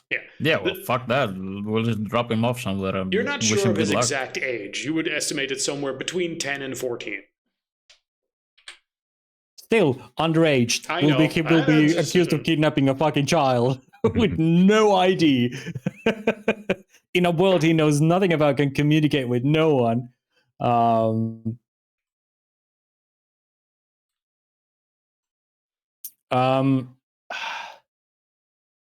Victor will try and explain and ask if his parents are willing to come, and tries to explain dangerous alone for child for us and him. Let's see.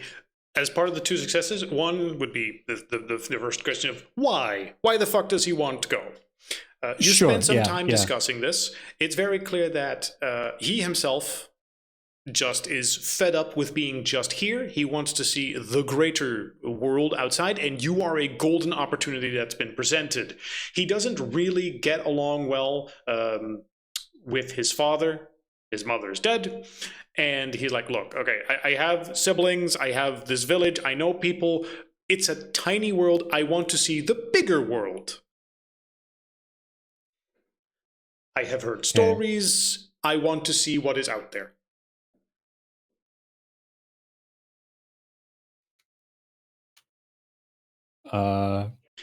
As a detail, Thomas will also tell you that, oh, right, that kid. He was always very curious. I couldn't really properly communicate with him. The boy also speaks 1 or 2 words of English. He's clearly been trying to communicate with Thomas. Oh, okay. But, you know, he doesn't exactly have a great deal of English language history, so hasn't been making the best amount of progress, but he's clearly trying. Right. Well, I guess he could be a street kid. Doesn't have to be a kidnap. He could just be a street kid. He doesn't have parents. So there's no.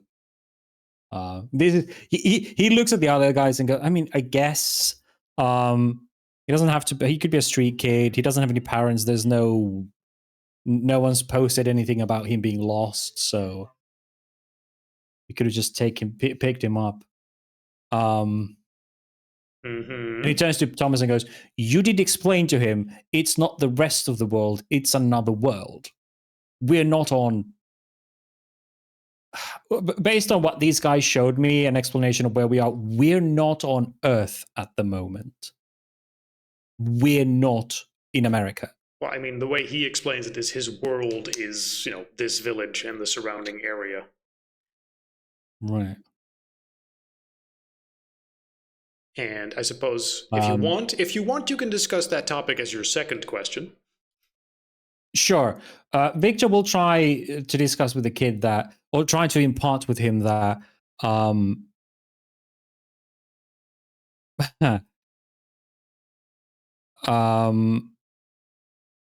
he will actually ask for which device did Marcus have the presentation on? He took photos of it with his phone, so he would just have that available at anything. So he asks for the picture with the rings and everything, and sort of zooms in with the rings. Just say no. Well, come on, but he has to understand why not. Like, he has to make the choice himself. So now we're like using time of like Arquin with 10 years old. Well, Victor can use his time on this because Peter's like, well, we should take everybody with us. Like Peter, Peter want to take the entire village with you. How to go? For some reason, this is Victor wanted to take the entire village, but yeah. But Victor zooms in really, really close, and based on the very brief interaction that he had with them before, they were like, I don't know, Marcus knows the best. He's like, okay, a few of the images, I guess parallel universes. So Victor tries to point out to, he doesn't know which ring, he just points one of the rings, this is where we are. And like he goes, we here, we here. And then he points to another ring and points to himself and goes, homeworld. He tries to, with one of those 2 successes, to explain that we're not from this anywhere, we're from another world, and if you come with us, there's no coming back. Like, you will leave parents, everyone behind. And to support it, he will show from his own cell phone, actually his own laptop, which he has, he will show pictures of our Mesa Verde, which he would have had in his, because he archives everything on his laptop. Ooh. He will show the ruins, the vacated place. Like, this is what Mesa Verde is, where we come from. This is where we are now, and this is where you will be going. Like, this is where we come from. And Mesa Verde, pictures of Vegas and the deserts and like sort of the places, like it's an entirely different place where you're going to if you come with us. You show him that stuff. Yeah. And I think the elders and whatnot would also be looking at, you know, what you're doing and what you're showing. Oh yeah, it's a public presentation of this is where we come from, and this is what your home looks like where we come from. Yeah. Like it's empty. It's a tourist attraction. They are clearly very shocked, but they also sort of seem to be able to accept it as sort of a whew. And not with those words, but I knew it was bad, but man, it's something very different to actually get to see it. Like they are shocked, but it's a buffered shock. Like, yeah, they sort of seemed to know it. Okay. Well, that reinforces Victor's idea that they are from Earth. They have shifted here at some point, and they've got sort of just gone, it's better than the colonists.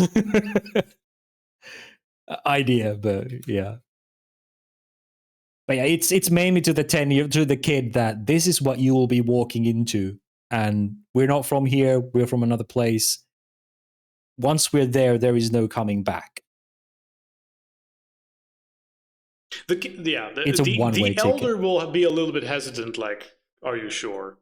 But the kid seems fully determined, like, yes, this is a great idea. Let's call it youthful recklessness, at the very least. Sure. But whether or not you take him with you is up to you.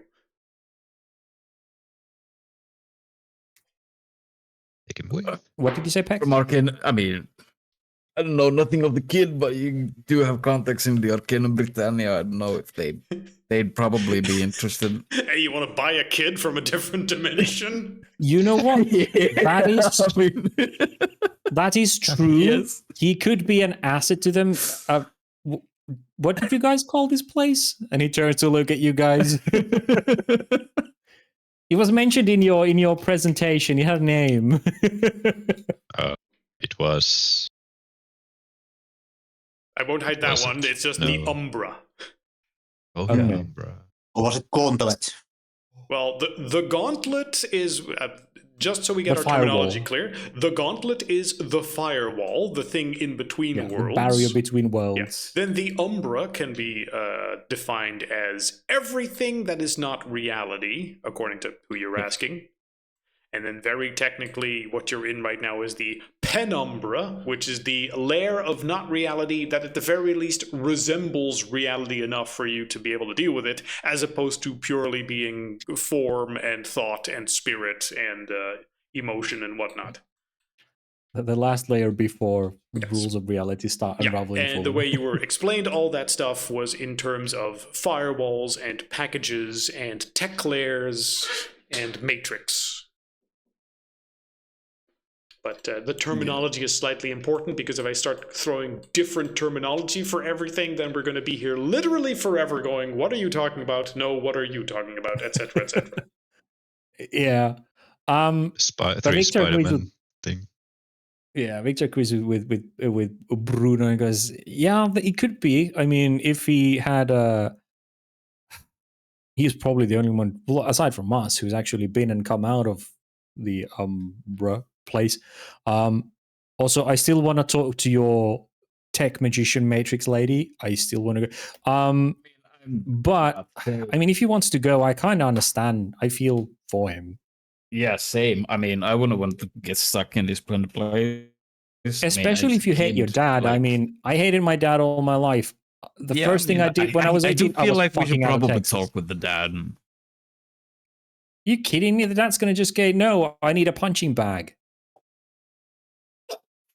Well, then I'll make him a punching bag. I mean, if the elders are like, no, yeah, the kid can go if he wants to go. Yeah, if it's his choice. So, I mean, I guess the decision has been made by the government of the tribe. The kid is free to go. Yeah, but he's never gonna see that guy again. Better or worse, I have no idea. But this is like lifetime long final decision made at the ripe age of being 10 years old. Like, he's 10 to 14. So. Well, I get it.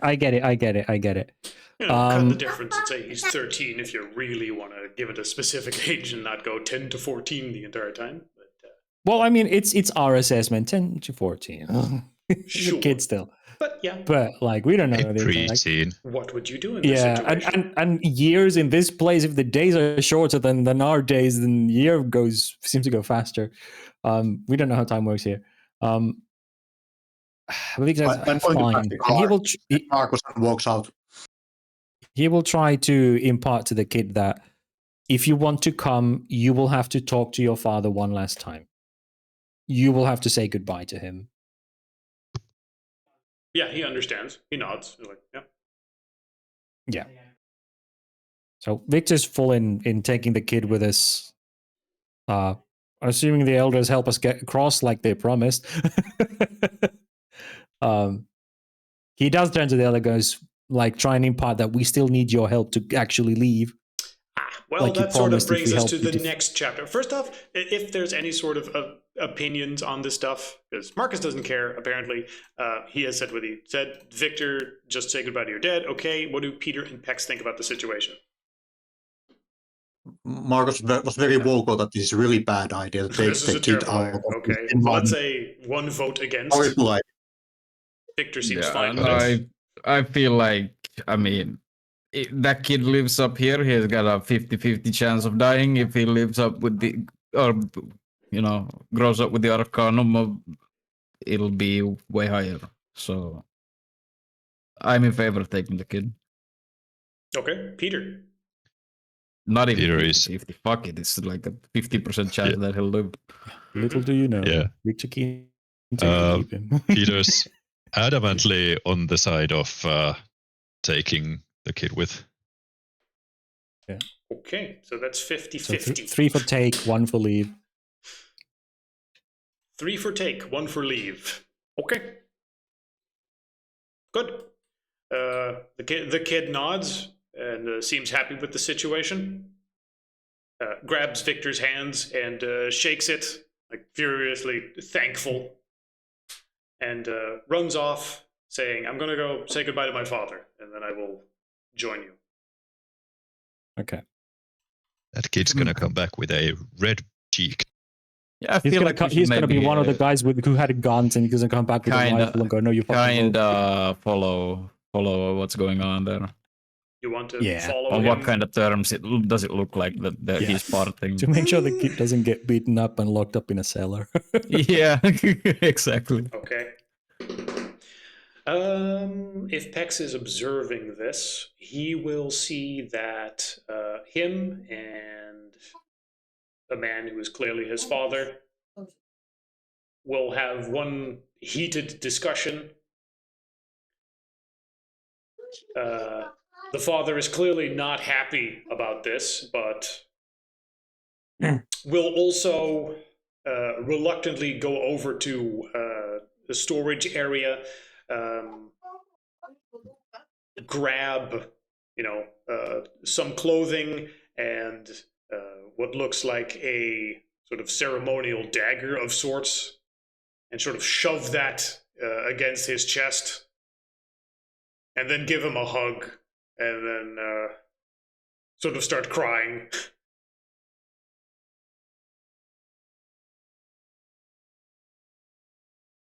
So it's not on awful terms, but yeah, Dad's not happy about it, but then who would be in this situation, I guess?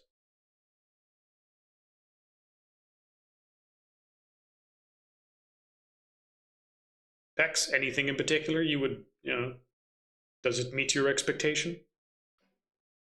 Invite him along. Pex is there. All up to you. Yeah. I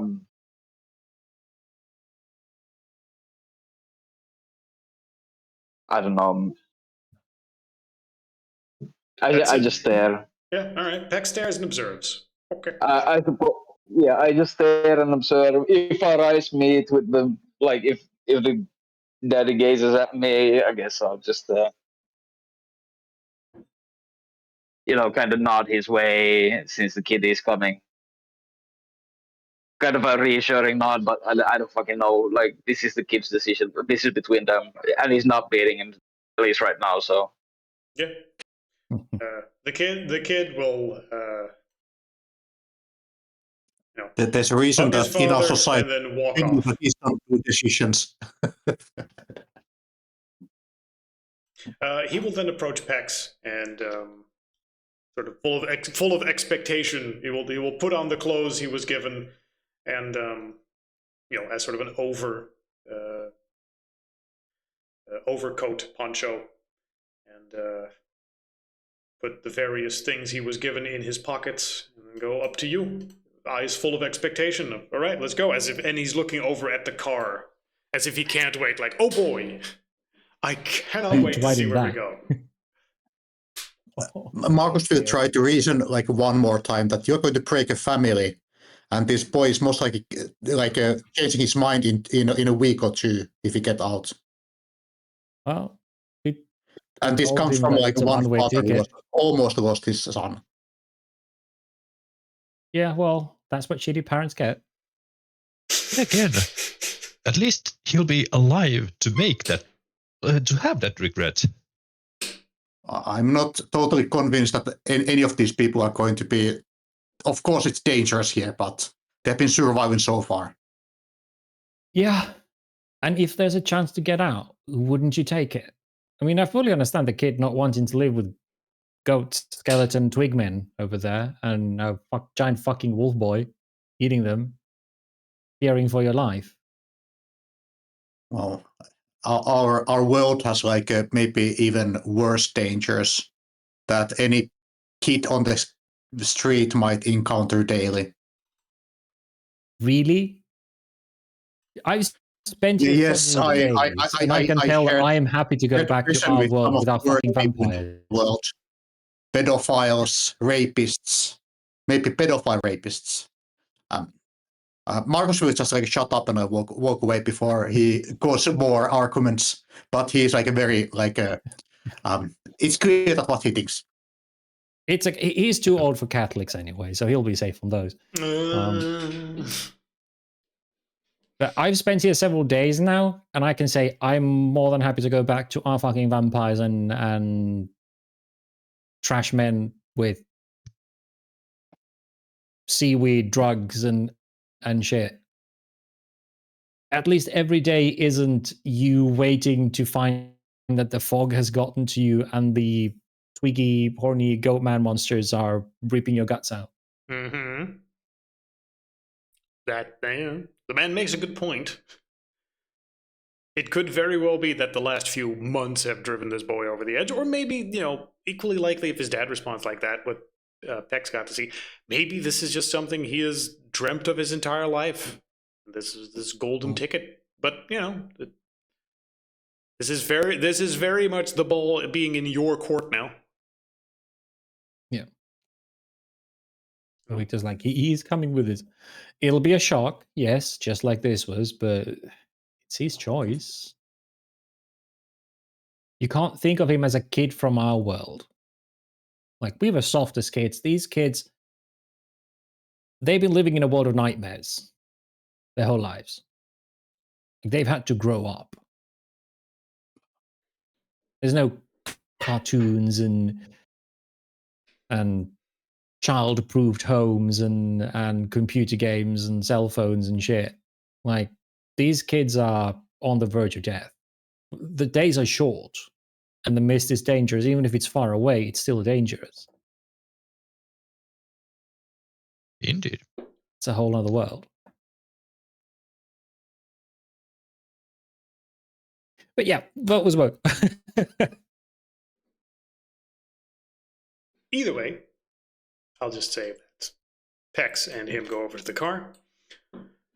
Was there anything else to discuss, because your linguistic sort of was at an end there regarding this stuff? Then there's the other issue of how to get home, which I imagine is also kind of important.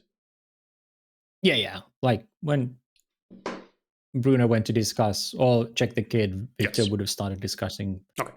So after that is the discussion of how do you do this? Yes. Yeah. Now, I'm going to need another intelligence. I'm going to assume that you're going to take however long it needs to transfer the knowledge. Intelligence occult, Yes. as you try to understand what he explains. Because he said before, Okay. from your like, okay, I can help you get home. There are secrets that we know of this. Yep. And after an amount, he tries to explain, well, there is a right to cross over to the other world. And you verify with him, oh, do you mean I just kill myself? And he's like, no, it's not that. And Victor's like, oh, you mean you go to the woods, you see the glyph, and then you complete the glyph, you meditate in the center, try to reach outside to the other side spiritually, and then you find yourself here? And he goes, no. And then he explains a very long, detailed thing with lots of translation errors that takes forever that you try to understand. Okay. So give me intelligence occult as you try to comprehend this entire thing that he sketches. I will use my 4C for this. Mhm. Because it's fucking important. Mhm.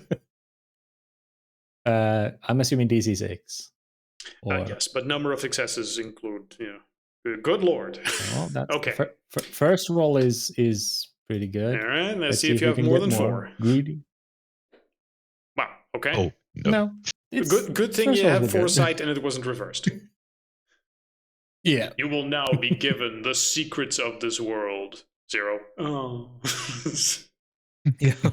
I guess we're stuck here. Sorry, kid. Yeah. We live here now. I mean, I wouldn't just leave you stuck, but, Okay. We're in so Detroit now. what is explained to you, to Victor? And, you take a long while to try and understand everything. Mhm. There are a lot of requirements. First off, you must find a spot where, the barriers between worlds is thin. Those who are sensitive to that kind of thing might have a way of determining that, or it might be a spot that has been used for such things in the past. Yeah. He says he currently does not know of any recently known point. Such things are only generally used by those that are special for that sort of thing, although he does specify that reflective surfaces and water is generally helpful. It sort of adds a bonus on top of it. Okay. Victor does ask, will the spiral trees work? Because that's where he came over. He has no idea what you're talking about. Okay. Cool. So 1, find a spot. Water, reflective surfaces, help. Second, if you have a spot like that, the actual process is very much an inner process. So you must try to, transform your own spirit from a purely spiritual matter into a material one as you pass through the reflective water surface.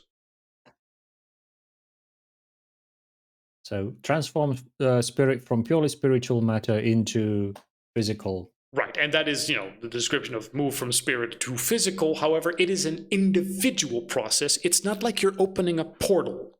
Right. It is something an individual does. Meaning that it's something every individual in your party would need to do. Which is sort of where you describe the process with him and you go into the snag of, wait, what? Thirdly, it requires all this knowledge that he has explained on top of that. And then also you would need to, what you translate as require an amount of spiritual energy and go through a certain occult ritual in your mind to sort of fortify your spirit into actual physical matter, which he describes as a, focusing a primal howl of the material plane, if we're using occult speak for it. But you very quickly understand that this is something that only applies to one individual. Yep. And requires, expending spiritual energy, read conviction, and succeeding on an occult roll, very difficult successfully for it as you integrate this process, because spoiler, this is not a process from this game system. Oh. So you are trying to do a thing that technically regular humans aren't supposed to be able to do. We're doing mage stuff. Not quite. Or werewolf stuff. Anyway. Either way, as you try to complete this, it's not impossible. You might be able to do this for several days in a row, however, much conviction you get back for every attempt. And it might be possible for you specifically, as you have had these secrets revealed to you and now explained to you how they work. So you might be able to attempt it several times. If it was just you here, you know what? If you were given enough time, you might be able to escape. Maybe. Yeah. If you could find that, spot again and get lucky and roll right and have the conviction for it. But then you look at the rest of your party. And he goes, occult? No. Occult? No. Occult? No. Kid?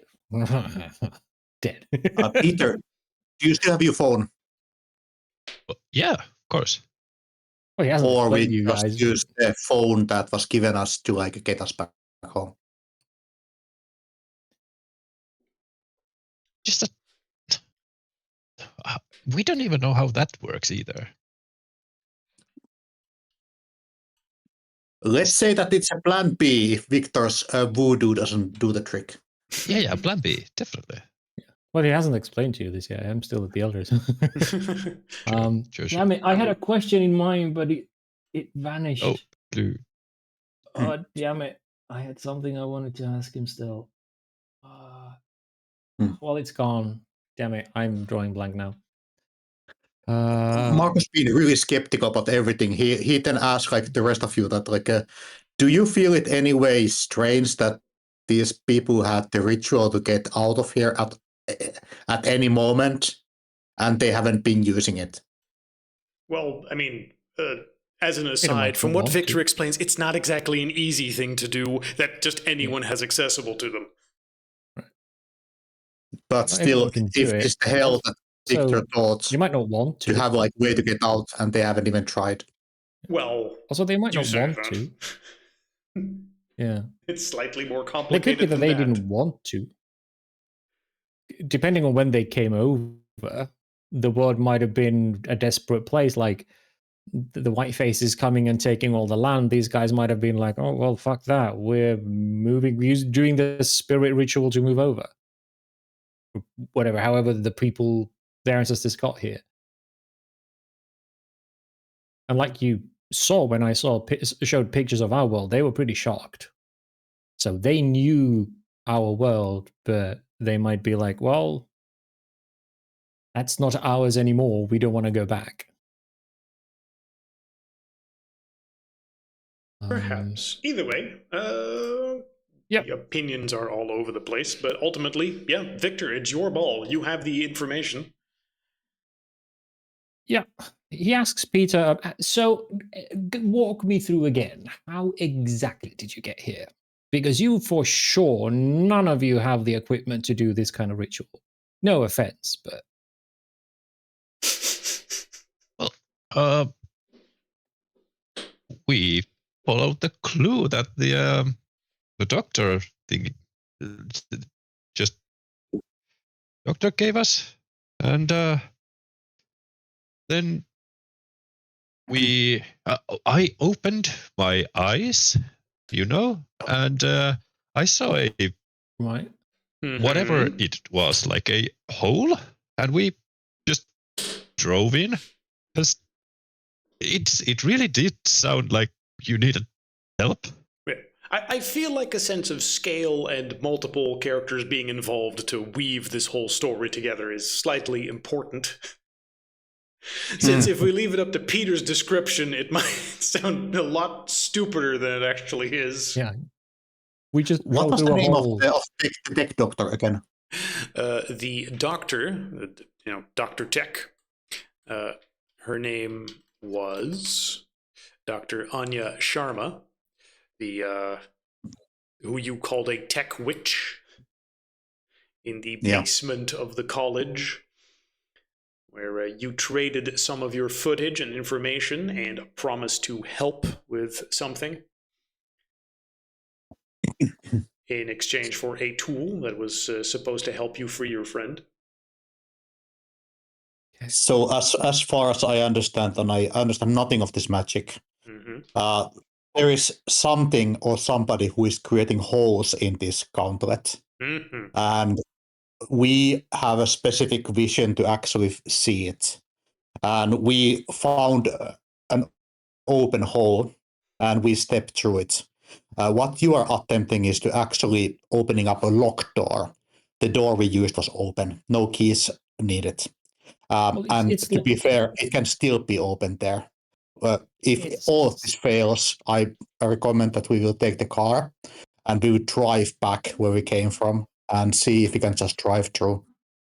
No magic, no gimmicks, nothing. That's what I needed to ask. Yes. He goes to Marcus. Thank you. That's what I needed to ask. Turns to the elder. What does the weapon blessing do? What's its function? The weapon. How do you go from that to that? How do you go from we drove because through a Victor big was hole considering to, right, what's the weapon blessing do? How does that work? Yeah, exactly. Because if we can, depending on what it does, the car technically is a ramming weapon. So you could use it as a battering ram, which is a weapon. So if you could bless the car. For the purpose of seeing if it would apply to this or not, give me, not intelligence, it's the same for you, wits occult, to see if it would apply from what you know and what it would do at this point. You've been in the fight. That reminds me, the herbs and the two idols. Successes with 2 10s. Okay. Regarding the weapon, the weapon blessing, you understand that this small rite that you've been taught and recreated successfully, mind you, when you used it to fight the creatures, you will have found that it effectively just removes their ability to soak the damage. Your weapons being blessed means that they pierce their defenses. This is, on the one hand, purely a mechanical thing that you understand now. But on the other hand, you have access to secret knowledge now that lets you take your weapons and just go, this is blessed for a while. And then when you stab the supernatural thing with it, it's no longer as if you're punching it in the face. No, now you're stabbing it with, a silver dagger, as it were. Right. And could that be applied to the car in the sense that if we ram against something, it'll be literally rammed by a car instead of being smacked with a gently swung punching bag? That is an interesting idea. Yes, but we also need those idols and herbs, by the way. Okay. 1, you know that it's a temporary thing. 2, I'm going to say yes, because I find the picture really funny. Of you blessing the car and then driving into a bony creature and just shattering apart.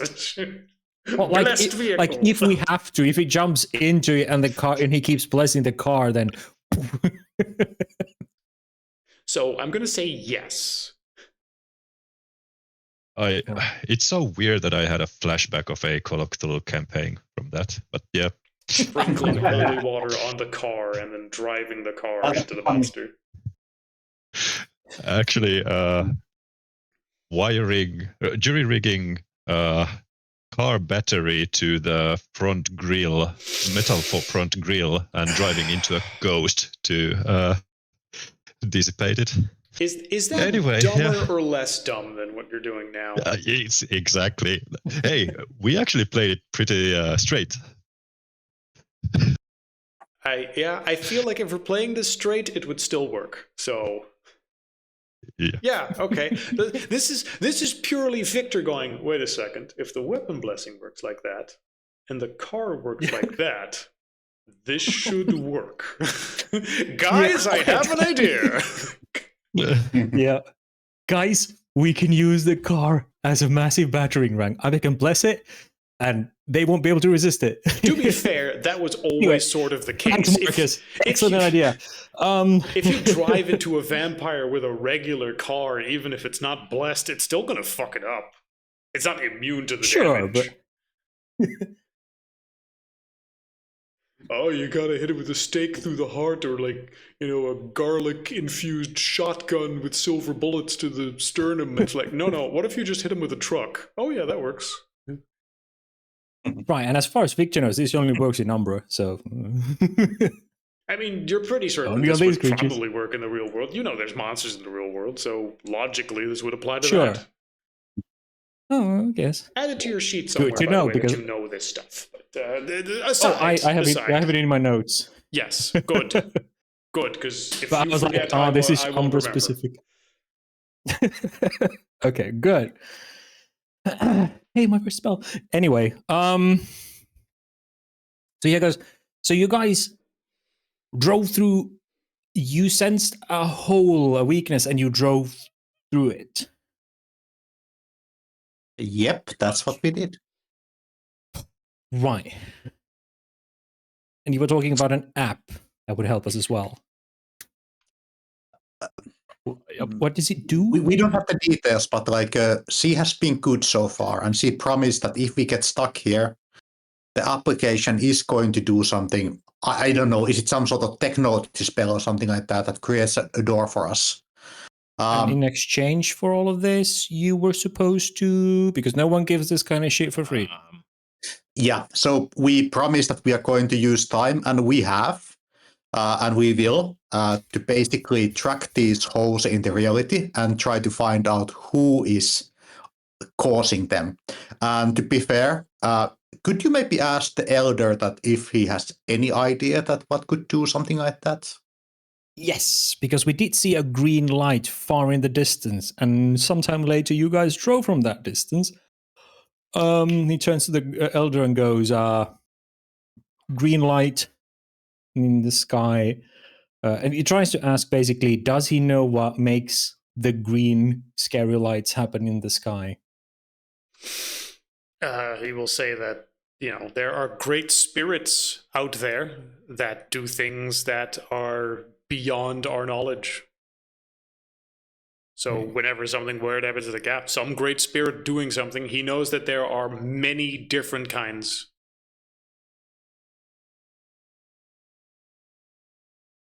So all in He all, turns to the no, guys he and doesn't goes, have "Buddy." specifics. So that's a no. Yes. He says there are many spirits, but they have no accurate knowledge. Funny enough, they are not aware of the tree spiral that I came through. Thinking back, how big were the trees? How big were the trees? How big were Yeah. the trees when you went through this? Like Well, thinking about roughly how old would they be? Like, would they be ancient, huge, towering trees, or like relatively recently, say within the last 10 years, planted?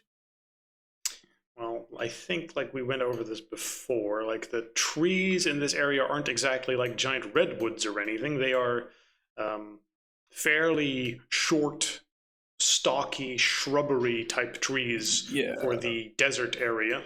Like this is about as tall as they but that doesn't- get. Yeah, but it's difficult to probably assess the age of from those because they don't have the growing power of more. luscious Why don't you tell me fertile what soil. mind idea you're playing with, and then we'll see if some sort of check applies to I'm it. playing with was the pattern made by these guys or was it something more recent? Like, is something on our side as well preparing areas for puncturing? Ah, okay. Because in Victor's eyes, that area was prepared for the transversal based on his second sight. Okay. So it was like, well, if these guys have been here for a long time, like say centuries since the colonizers yes. came, then they couldn't have necessarily planted those trees. Someone else made that on our side. Okay. With that in mind, go ahead and give me intelligence occult as you try to understand all the tidbits and combine it with what you've learned here and what the others would have told you. Okay, Right, because there's a lot of nuance nuance and details that's sort of being combined here in a big pile that I imagine would get very confusing if I don't just give you an answer to some degree. Sure, and I'll use my last foresight for this. So. Yep, sure. blowing through that For foresight. For escape. All right, 3. Do you have anything more than 3? Let's see. And you have, all right, 3 successes. Okay, with 3 successes, I'm going to say that you observed on the outside, at the very least, that they were spots of somewhat noteworthy natural beauty, or some aspect where nature just ever so slightly seemed otherworldly. A spiral in the trees, what the others describe, a pyramid of rocks, a X-shaped canyon leading down, or when they came into Hovenhood, a giant canyon surrounded by a slowly decaying civilization where nothing remains as a testament to the eternal entropy of the universe. And you get the idea that it is, with the other stories that they would have told you, I'm assuming they would have shared some information. You were there as a player when you listened to the expositions as well, but just to repeat, there is some entity currently active in Colorado that is puncturing holes in reality to a degree. And they seem to correspond to locations like this. So what you suspect is that that entity wandering through Colorado would either willingly pick these locations or unwillingly pick these locations. And when it sees those places get punctured. Now, Marcus already in the past has gone to 2 of these minor locations and sort of undone them so that they're no longer the shape that they were in, so that they're no longer a pyramid, no longer a canyon thing. I don't think he burned down the spiral trees or anything. And that removed what he could see with his second sight as sort of a divot. A small dip in reality, as it were. Now, if that's a small dip in reality, what Peter described in Hovenhood was a giant sinkhole in reality. Which is probably why he could just drive in. Of course, this raises all sorts of questions as to, well, is the small one enough? Is the big one enough? I mean, if it was that easy to just walk into the small one, how many people have walked into that in the past? And if it was that easy to notice and go into the big one, well, what else might have happened because of that big one? So a bunch of questions arise because of that. If you have anything in particular that you immediately want an answer to, then now is the time. I'm still writing notes. Can we get the herbs and at this point, most of those herbs are a lot less in short supply, so if you just want a packet of them, then that's perfectly possible now. Also, at this point, Victor will know what herbs those are and know that they are collectible in the area, as well as something he can just get in the real world. So, okay, there's that. Yeah.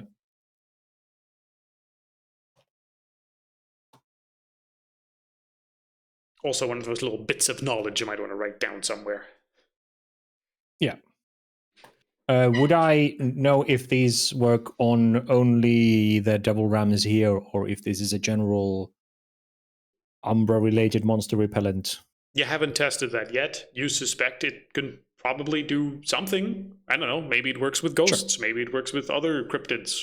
Yep. You'd probably need to test that. Yeah. But yes, with all of that information in mind, plan A of, let's just go to the spiral trees and activate this right they had. Okay, that's probably out the window.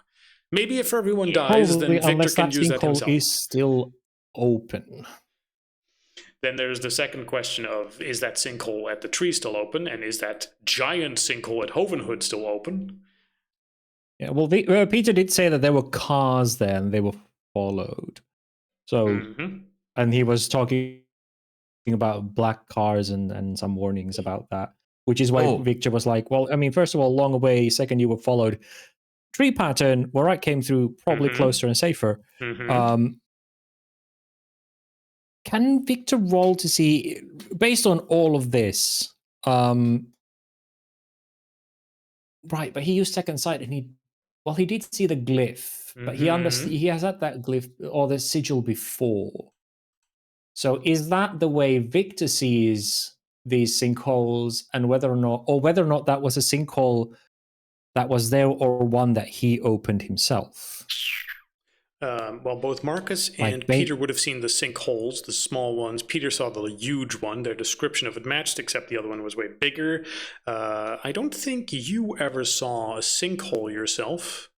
No, I saw the Shadow Realm icon that I then completed and went to sit in the center, Yeah. which I believe Victor or Marcus or Peter saw as a sinkhole. Mm-hmm.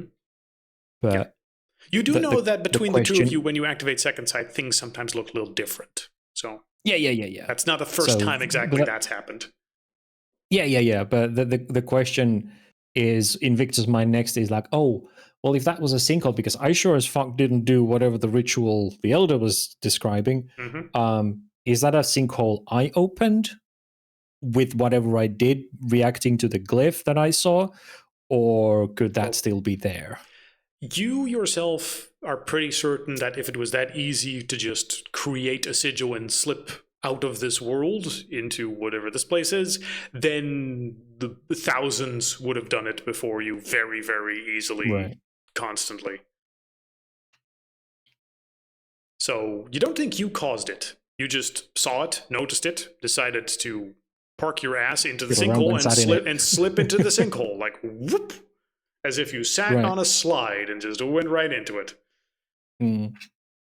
Victor goes, So it's probably still there, but it's probably tiny. The question is it big enough for a car to squeeze through? And equally important question you probably have in your head is, I mean, okay, a sinkhole goes down. A sinkhole does not go up.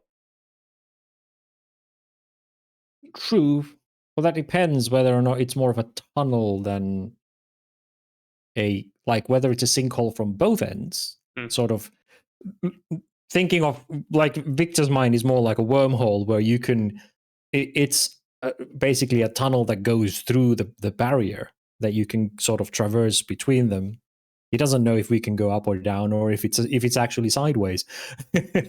Like, what they see as a sinkhole might actually just be a hole in the fabric of. I mean, Victor has read a lot of stuff, including fantasy. So he's like, well, it could just be a hole, a tear in the gauntlet or the firewall between worlds. So I don't know, maybe we can go through. I mean, the things in Denver probably went through that. So things go out. If nothing, this is a spirit world, so things get out from that place, as well as the tour guide was like, oh, I have seen horned things in the mist, which means that those manifest in our world as well. So things do cross over near Mesa Verde. So it's like, I suppose the big question is, the guys and how would you try to do this? Where would you try to do this? Well, those are really the two questions: where and how. Because ultimately, whether or not you go through sideways or upside down or teleport or through a portal, the metaphysical directions aside, not terribly, unless you suspect that you can just walk up to it and go through a portal. Draw a circle, jump into circle, jump in air, ta-da, you're there. Or there's pee on the floor, jump into puddle. That's not the case. Yeah. So, guys, did you check the trees near where we were camping before it disappeared? Yes. They did. In the other side, yeah. Yes. Did you see one of these holes there? No. I'm trying to remember if any of you activated second sight when you were there. Yes. I think that was the first time they saw the dip in the world. So they would have examined the place with second sight and then seen this. What do you mean holes? The Well, in, sinkhole like- pattern. Yeah, Like- the dips in the world, and they were like, "Oh shit, we're near it," Yeah. and we're sort of sliding in, and that's when you guys left, and then you found the girl, and she explained it. Like the Yeah. True. dip. So Rick says, "Yeah." I It don't was really like, know how to buy and you draw a described it as three-dimensional one thing. of those graphs about gravity or a ball on the stretch fabric, and it sort of weighs it down, and it goes into this sort of funnel almost. I mean, yeah, a funnel Funnel, shape's yeah, really the funnel best way to shape. describe it. In fact, let me just. Yeah, I feel like drawing it doesn't really do it justice. Why didn't I just use a picture? It was for one this of those before? those gravity funnel. dips, sort of. Yeah. funnel. Let me. There we go. Okay. Ta-da. Funnel. It's a metaphysical funnel. Metaphysical funnel.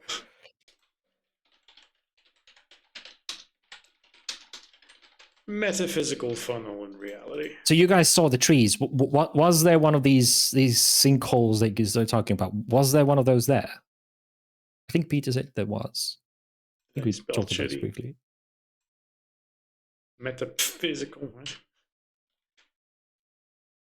Well, this is up to you until you decide exactly what it is you're going to do. Yeah, but we need to check with the group before I go. Let's go there.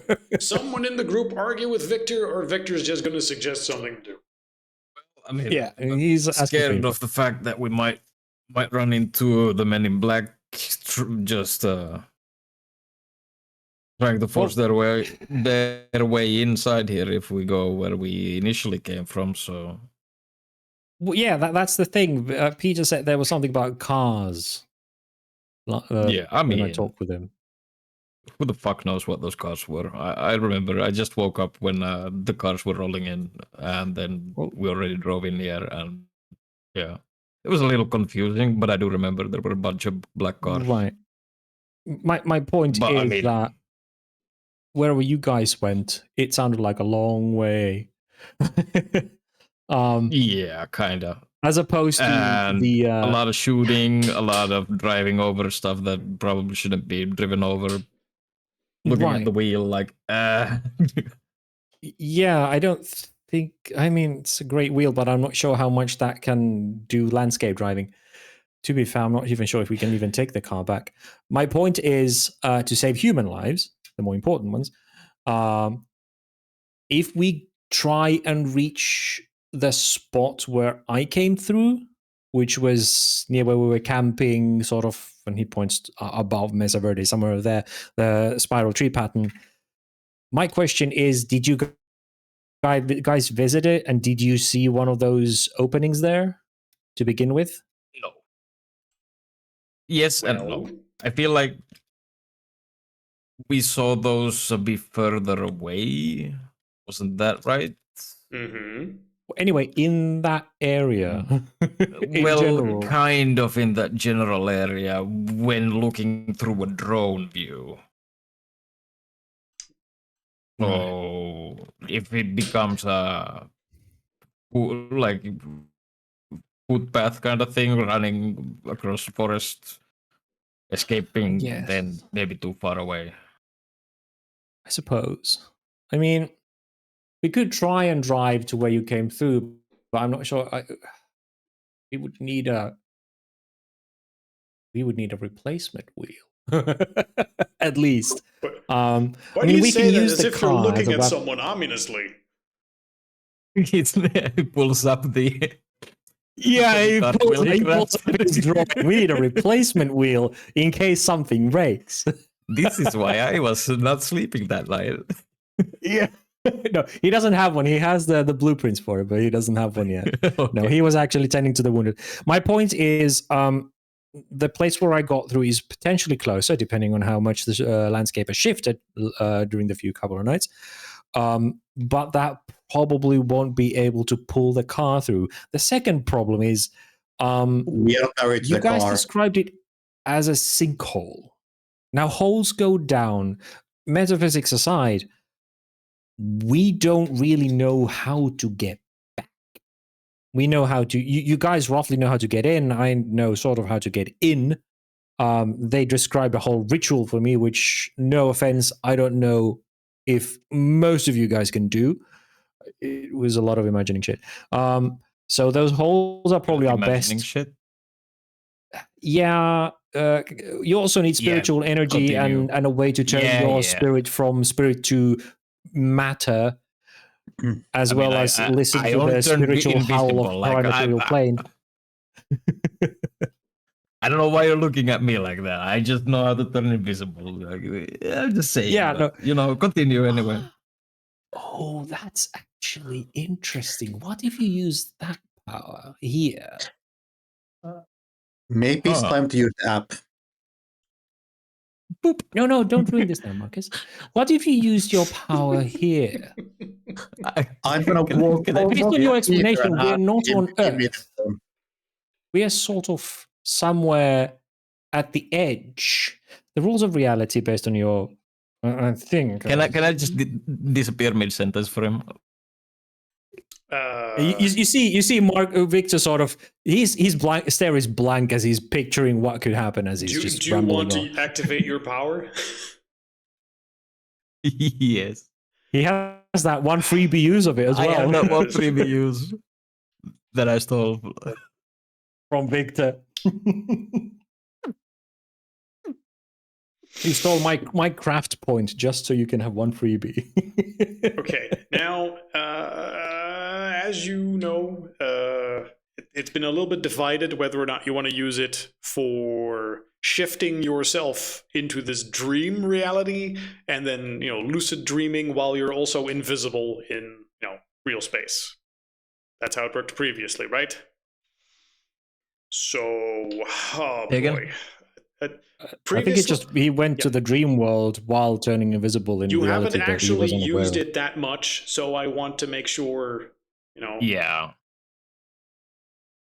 What if you try and really enter your dream space here? Would you go there physically from here? Good question. Well, we're about to see what the fuck happens. Good luck if I took the flamethrower with me. I hold on to your hand. Actually, no. I tie. Damn it. I try and find some sort of. No, I rip off my other sleeve and use it as a rope. I tie it around your bicep or your wrist and hold on to it so that I know there's something there. I mean, the whole point was for me to disappear mid-sentence as you brought that up. Oh, that's true. That's fair. Yeah. Never mind. Okay. Sorry. Oh boy. No, it's fine. It's fine. How the fuck am I gonna make this work? Okay. So you activate this power, which you only barely sort of understand. As you try to disappear mid-sentence for this thing, as you activate your lucid dreaming to be in touch with whatever power this is that you use. Yeah, because I find that it would be funny since he's bringing it up. You know what? It being funny is literally the best fucking reason for reasons you don't understand. Okay, so okay. Oh no! Oh no! You activate this. You activate this mid-sentence, and for a time that is in your own control. Oh, no. You find yourself not in a lucid dream that is completely of your control. Instead, in a foop, as if you turn on the TV and a children's cartoon is playing with the color palette of like the Snorks and the Smurfs and Asterix and Obelix, and as you find yourself in a sideways shifted version of this same place of reality, but rather than seen through the vision of the past, as this would be, of, how this ideal civilization lived when this was unique, instead it is a children's color version playbook of it. as there are these elvish adventurers, like literally, just look at the picture, like with big hobbit noses and fancy clothes going out. We've got an adventure to do, Mr. Pex. Come with us to defeat the wizard. And as you just land in the middle of this fucking episode, as if this has just always been your life. Now, your power when you activate it doesn't last a great deal of time. I believe, what was the length we set for it? Like a few minutes, I think we had for it. Yeah. I think we had like 10 or 20 minutes. So for the rest of you, that's about the approximate time. For Pex, he's going through a full episode of this bullshit. As he is currently in a fairy wonderland. Now, previously, you have been in control of this. Now it is like you are forcefully shunted into someone else's lucid dream, and you are being taken along for the ride. Okay. You hear certain terms being thrown around that you're not entirely sure. Do I feel like compelled to take part in this, or am I just like, wait, pretty what much, the fuck is going on? You are not in control of yourself here. You're being taken along for the ride as if you are watching this episode, except you're a character in it. Okay. As if you were, well, effectively the looking through the eyes of someone just else. Adventure. You feel the things that this person feels, you see the things that they see, and they seem to be on this whimsical adventure through a place that internally you sort of refer to as the near dreaming, as you're on your way to a freehold, and you're going to fight the forces of mundanity, and the other kith have this mission for you. And you go through this huge adventure where you have trouble stitching all of that together. And then after a few minutes pass, you get forcibly shunted back and, you know, reality collapses back on itself. You're in this horrible landscape. And you're back here with the others. While he was doing that, Victor has been, as he notices that Pex disappears, to test his theory, because he remembers that he did sit on Pex's lap, and he has sat on Pex's lap before. When he's doing this, just to get a physical sensation and physical indicators that there is something there. Okay, that's not the case. In order this to time, test that whether or not Pex gets I'm assuming you're going up to him world. and touching him when he does that. Oh, absolutely. He's trying to touch him. First off, it would have looked like he just sort of went slurp and became a bunch of spirit matter and then dissipated, as opposed to the previously of him turning invisible. Right. And when you try to touch where he was, you don't feel anything. Oh, shit. And then when he will try and back and is there again, okay, yeah, then you can feel him again and you see the process in reverse. Pex is slightly fucked up by this process. Yeah, because Victor tried to literally, instead of just patting him, tries to throw he's concluded that, okay, patting I might not feel, but if I try and throw my arms around it, the arms shouldn't close if there's actually something physical like there has always been. You feel around, nothing's there. Okay, cool. As you come back, Victor looks into super spiritual excited. Matter. Yeah, Victor looks super excited. Where did you go? Where did you go? You physically disappeared. Yeah, just like you did in the real world when you went here. Yeah. What the but actual that's his whole point. That? Yeah, where did you go? What happened? He underwent some sort of changeling the dreaming. You don't want to know. I do, because unlike when we're at home, your body stays behind. Here, you physically vanished. You turned into spirit goop and just, you weren't there at all. Yes.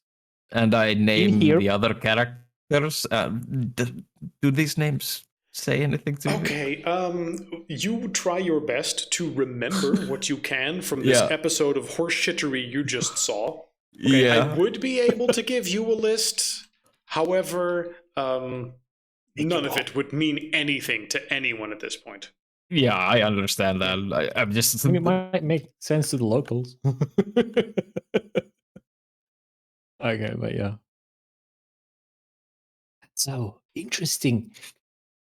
No, Because that means that in here, as opposed to you just going invisible, but still your body remains behind in here, wherever this is, fuck that. It you was all a huge vanish mistake. physically. Yeah, that's very interesting. That was a huge It is. mistake. You have a way out. What were we doing? where- To you, it felt like you I stepped don't know, I was too busy sideways. trying to find you. Yeah. Like what is going on now? Like If you had to I feel describe like the I sensation, lost my Pex, sense of time a little bit. If we had to describe it, Pex, to you it would feel like you stepped sideways from, let's say that you are currently here, and suddenly you went over to here. That's what it felt like.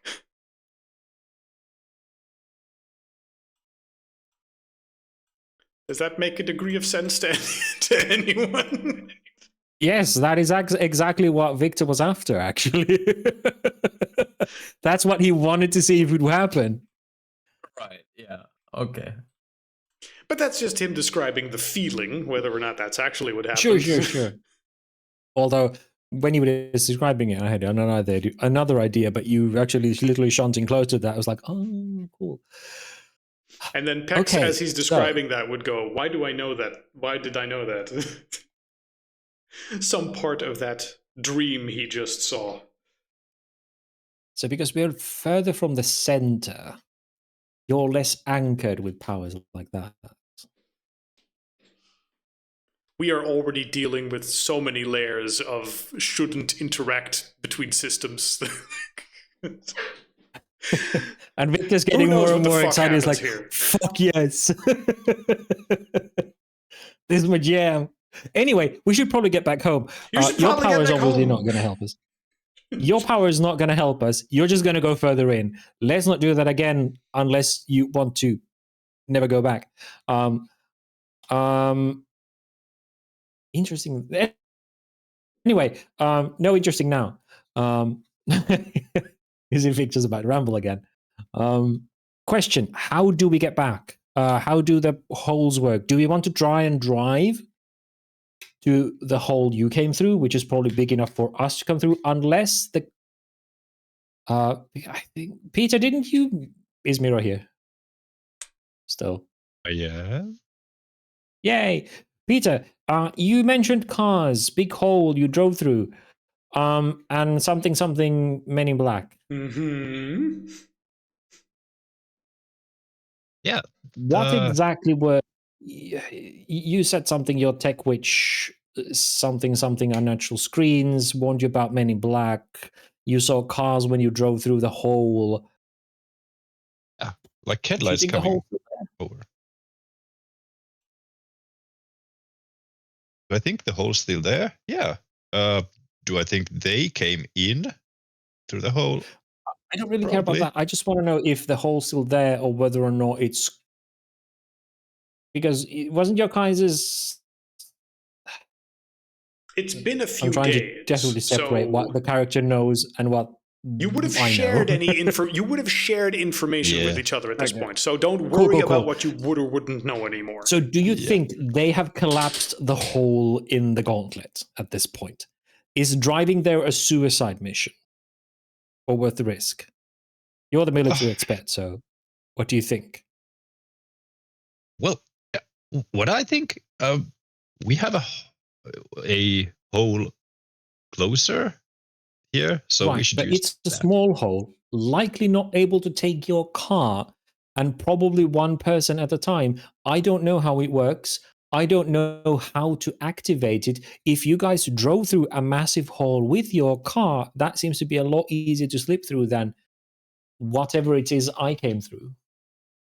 Because that one will probably require it's smaller, and will probably require us to try and sort of figure out what it does while those things are around, while the fog is around us.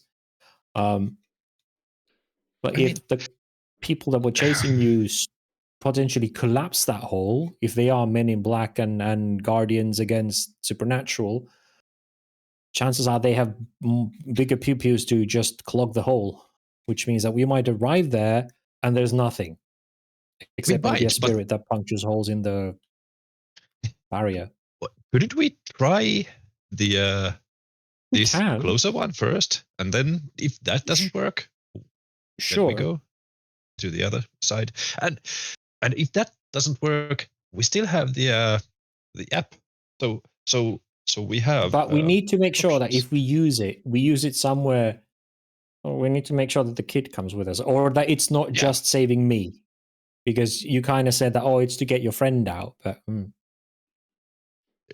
actually, why don't we just? She said, why don't we just use it now? It will help. I mean, I kind of do want to figure out how these work, but at the same time, I don't want to kill the kid. Yeah, that's a good start. As he's now named, definitely. Test subject. Yeah, so if we use the app now, and if it at worst it leaves the kid behind, at which point, super disappointing, happy dad, kid alive. If we go around fiddling around with holes and we can't get them to open, and then we use the app, it takes us away, and the kid stays behind. One kid, middle of end-ass nowhere, with monsters in the fog. Best case scenario, the app shows us the next nearest hole. It contacts the same way you contacted my phone when we were on the other side, or different sides. It contacts your tech witch, and she can guide us to the nearest opening and how to open it or get through. Maybe use that first. I'm not sure it's a contacting device, because I have a feeling it wasn't her doing the app. It was the computer itself somehow. Pretty sure. Well, you said she had supernatural. She had supernatural computer. Not like she wasn't. She was just a. You sure? Person. Well, that's what Marcus said to me. I didn't. Does somebody want to get my input on this? Yes. Okay. We're not leaving as the kid. I told you, I think that would be the best to get on that small opening. Use the app there. I think that's gonna contact with the tech wizard. Well, I would prefer to use the app here, where we know that it's not just going to teleport us out. If we go to the opening, use it there, and the kid's with us, and it only teleports us out, then the kid's going to stay there and die. So what are you check what it does here. Actually, Sorry, what's the question? What are you actually afraid of? I'm afraid that it's only encompassing you. You Have no idea how it works. Go on. I mean, you have no idea how it works, or you have no idea if it's good or bad. I mean, you could activate it now and it could explode and kill all of you. That's sort of what Marcus is saying. Right. So well, I mean, if it my was idea is that she felt like a really smart person. Yeah. And she knew that we would go in here to get you. So there's at least two of us, one of you. I don't care about the car. The car can stay here. I really don't care. I don't care about the so car. Let's all get in the same place. Let's get the kid with us if you really want to separate him with his father. Still think it's a bad idea. And then we will activate the app. And if it doesn't work out, we can still take the car and drive and hope that the Men in Black haven't closed the hole. Yeah, that's what I'm saying. We should do it now and here. I mean, let's not forget, we have two kids with us. Let's not forget Timmy over here. We have the local and the one from our world who are still coming with us. My fear is that the app is something attuned to you three who went to see her, and then you specified that your friend, aka moi, on this side, and she might have set a 4-person limit to it, that it's you plus extra. So but Victor, you got here once, you can do it again. You know how to get in this side. So even I if have that no fucking clue how to get we here. have a plan B. I have no fucking clue how to get here, and I don't want to come here back. My point is, we should use it somewhere where the kids will be safe if the app doesn't take them. If the app even takes anywhere, but if it just takes you 3 plus 1 extra, so the kids aren't left in the as an end of nowhere in the fog. So let's use it here and see what it does. Okay. At least Peter, if the kids get left behind, they'll be safe. Peter. What was Marcus's question? let's get all in the car, and Peter, if you may, activate the app. Let's see what happens. Yeah, that's a good. Yeah, that's what I'm saying. Who's driving? Do it here. Sure, well, yeah, that's a good question because Peter's still. You can see he is quite. Marcus I can look drive. at Pex. Well, isn't Yeah, I can drive. is Marcus healed, by the way? It's been over a day. Don't you have the heal Yes, factor as well? totally healed. Yep. Okay. So when we are going near the car, Peter will try to go to the driver's seat. Like, not you kidding. I just need to Victor know drags who's you to the driving. back seat. I'm assuming the rest of you are, Yeah. squeezed together like sardines in a can. Yeah. The important job of using the app, and as I told you, don't hold it. There's the X, and then actually delete it again. So, can you do this? Click it once. He holds his hand out to you. I can do it. Tap it once. Tap it once. Give me. Sure. No. No, you, me. I want to do it. No, it's mine. Okay.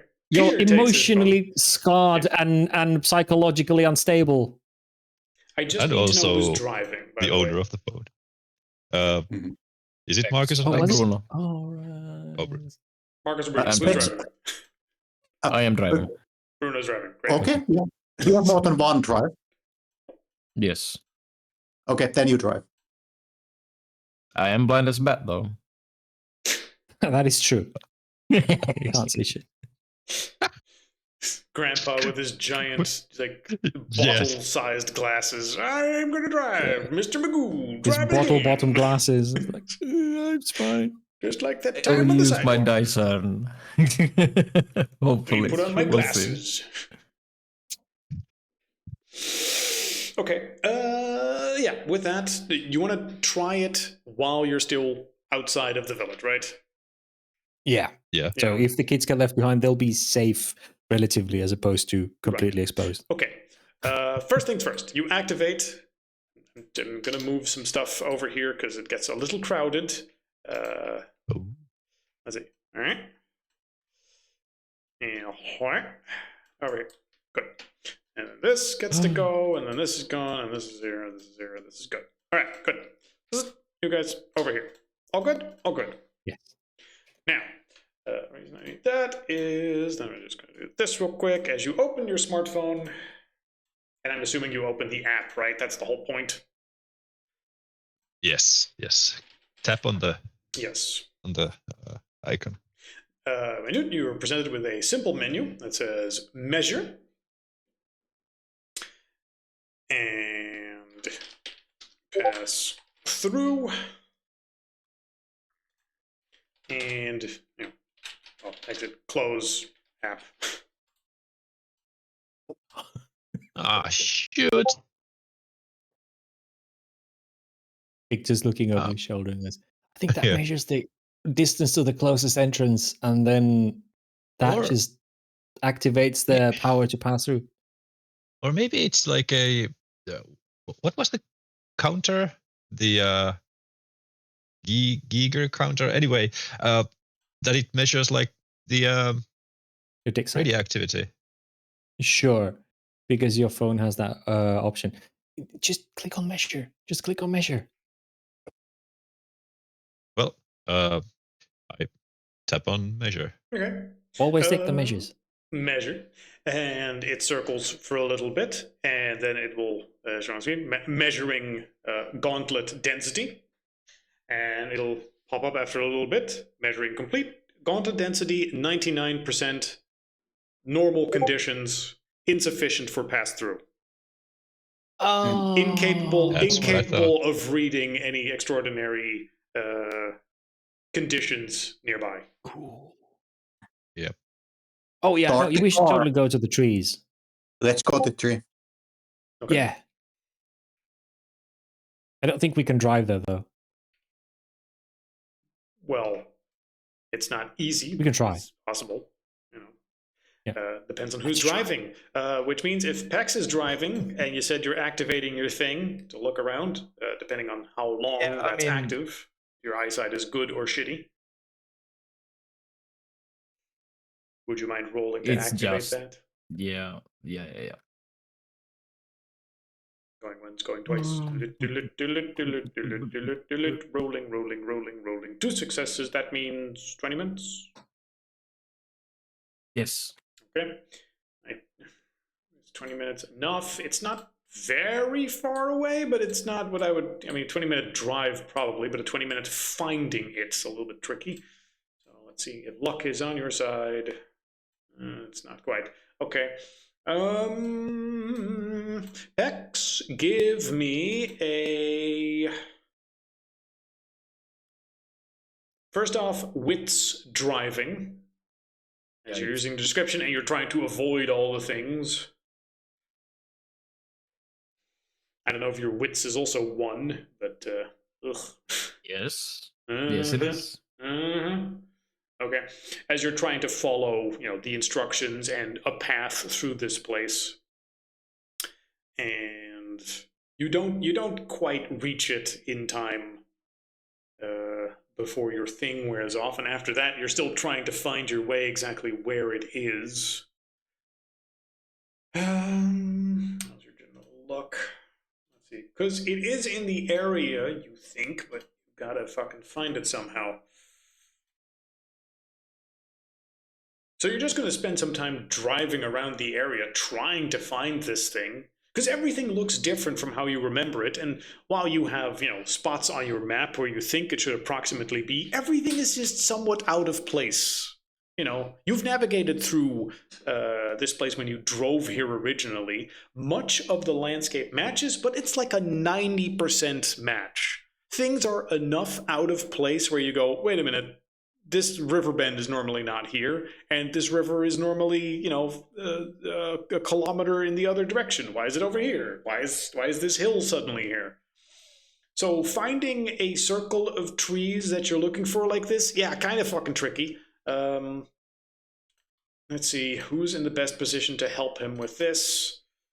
Probably Peter. Like you're sitting shotgun, I imagine, with your app. Sure, with the app.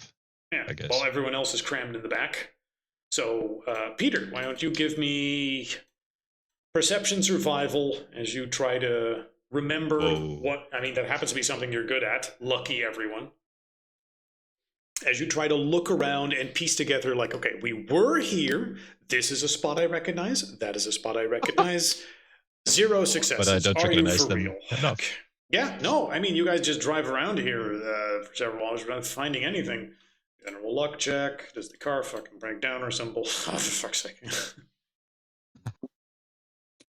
Does the offline map help at all? The offline map would help, as in, you're in the general direction of it. But you are looking for a small. You're looking for a small grove of trees in the middle of what is effectively a wilderness where things seem to shift slightly depending on your emotional state and what the world seems to randomly feel like.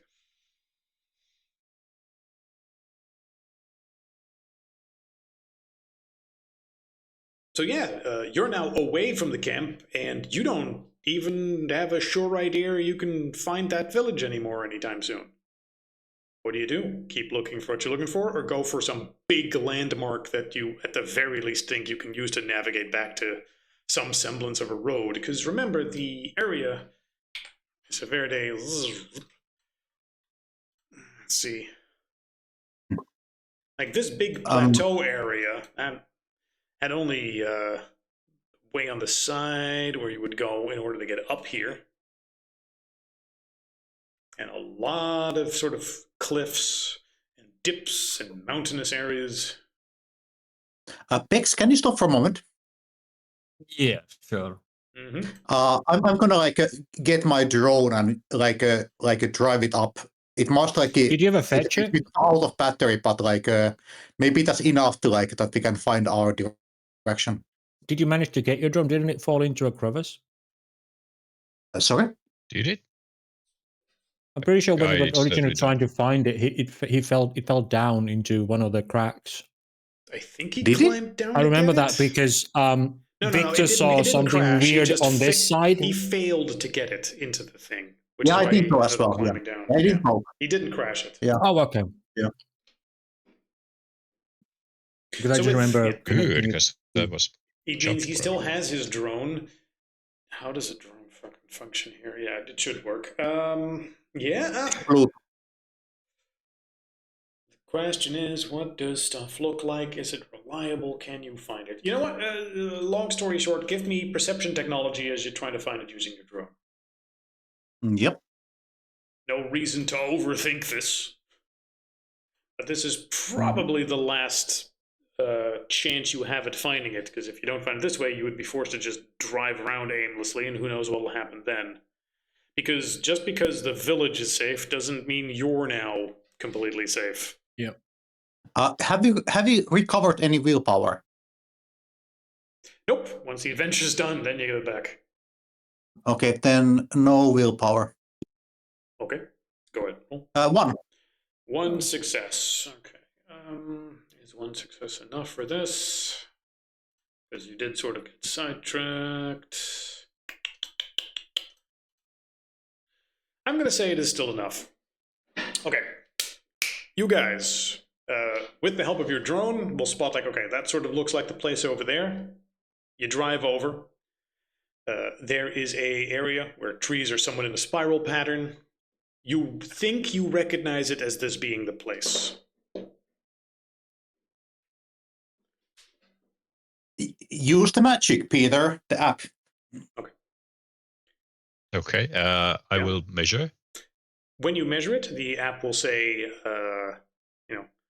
measuring gauntlet strength, approximately 70%. Significant damage detected. Potentially enough to force an opening from this side. Measurement saved for analysis. And then the pass-through option will light up green. Oh. Okay, I have contact, whatever that means. Great. Can you find the exit spot where you crossed, Victor? Maybe we can go on there and all get very close to each other, and then Peter gonna activate. Yeah, I mean, you're pretty much there. I'm assuming that's where you drove when you went here.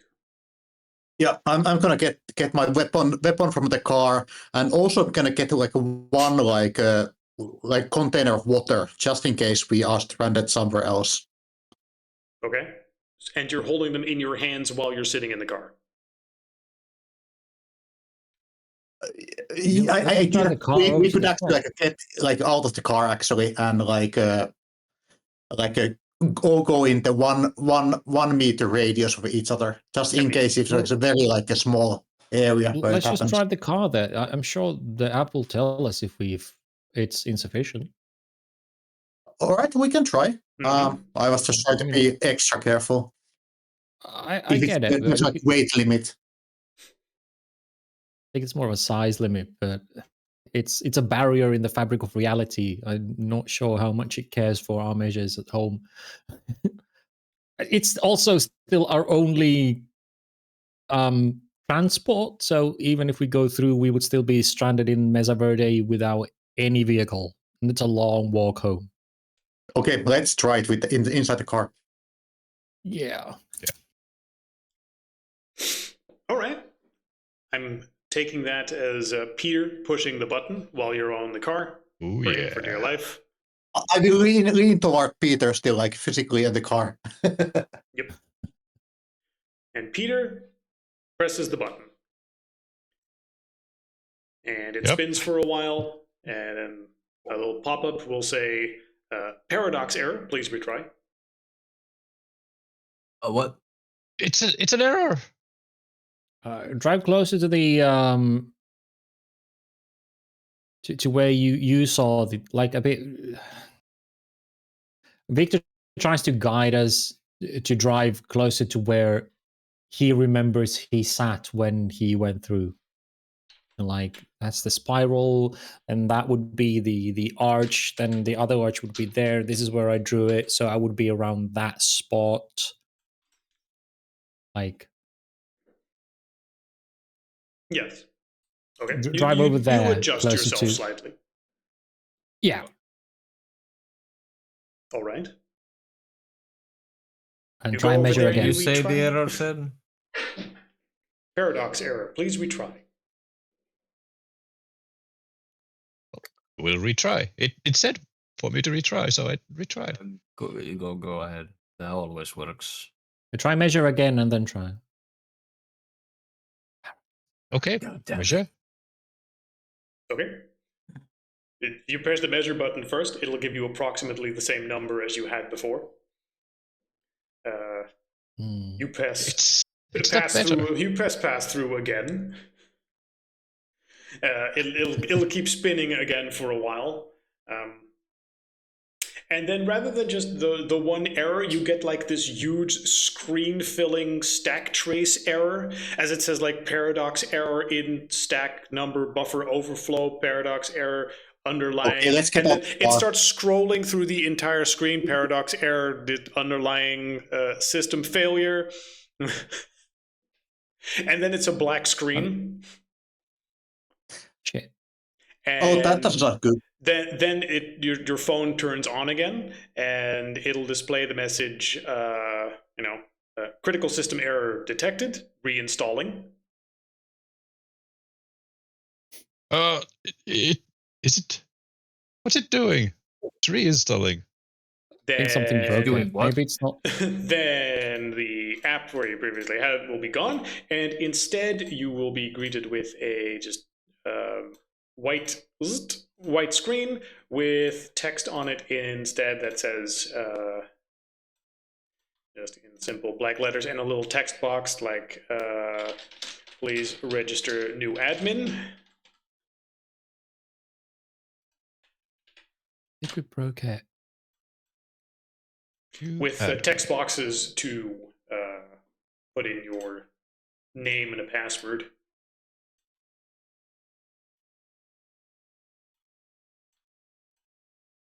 Okay, I put in Peter Thompson Okay. and password. Wait, your last name is your password? Oh, never mind. 1909. No. And my password is like You know I don't your know. password. My password is the same I use for like. It's the same password for every single service, So 1, 2, 3, 4, 5. Of course it not is. that dumb, but it's not penis because it's not long enough. It's password with 1 at the end. ABC 1, 2, 3. Exclamation mark. Yes. Okay. Peter does that, after which point there's a little bit of an installing screen. And then he will be greeted by a 3D rendering of an avatar that talks in a bit of a janky animation in a style that reminds you of Clippy of MS Office. Oh, Hello, Peter. I'm your new personal assistant. I see you are trying to pass through. error. Task list empty. How can I help you today? Victor leans over your shoulder and goes, "Are you the tech witch?" She seems to ignore anything that others in the car are saying. Damn it. Is that the tech witch? He turns to Peter. Peter would look at it. That does not look like the woman you met. No. At all. So, hey, we need to get out of here. We need to get to real world. So open portal. It looks like you're trying to open a portal. One moment. And then there are some very small text that rapidly goes underneath.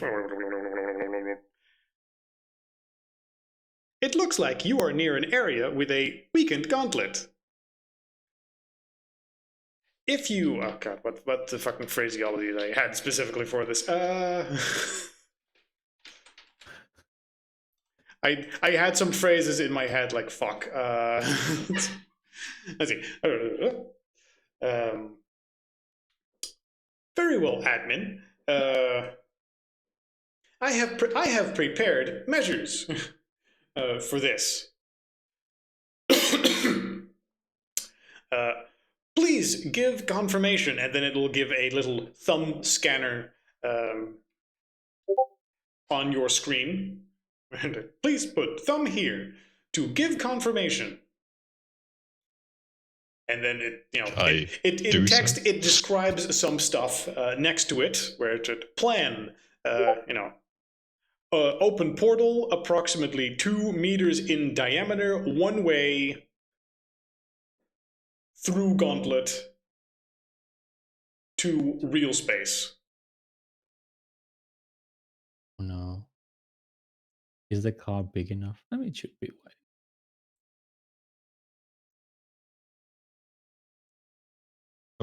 It's asking for something. Yeah, just press yes. It wants to puncture the hole. Just tell it to.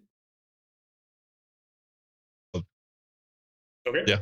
So Peter puts his thumb on the thing to give the okay.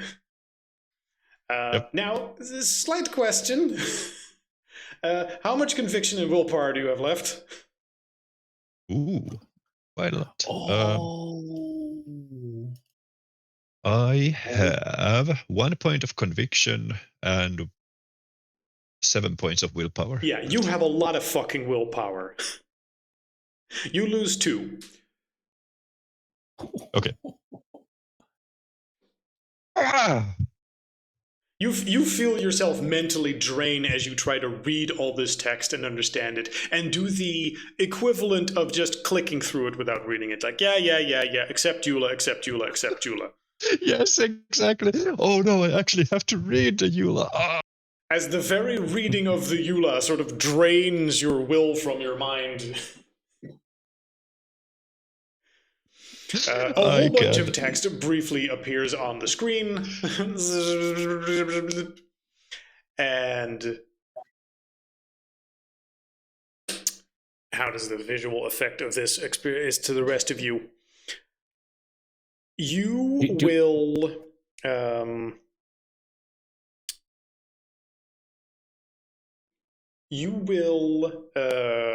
have the entire car just sort of briefly lift up into the air and then drop back down. And then the voice on your phone will say,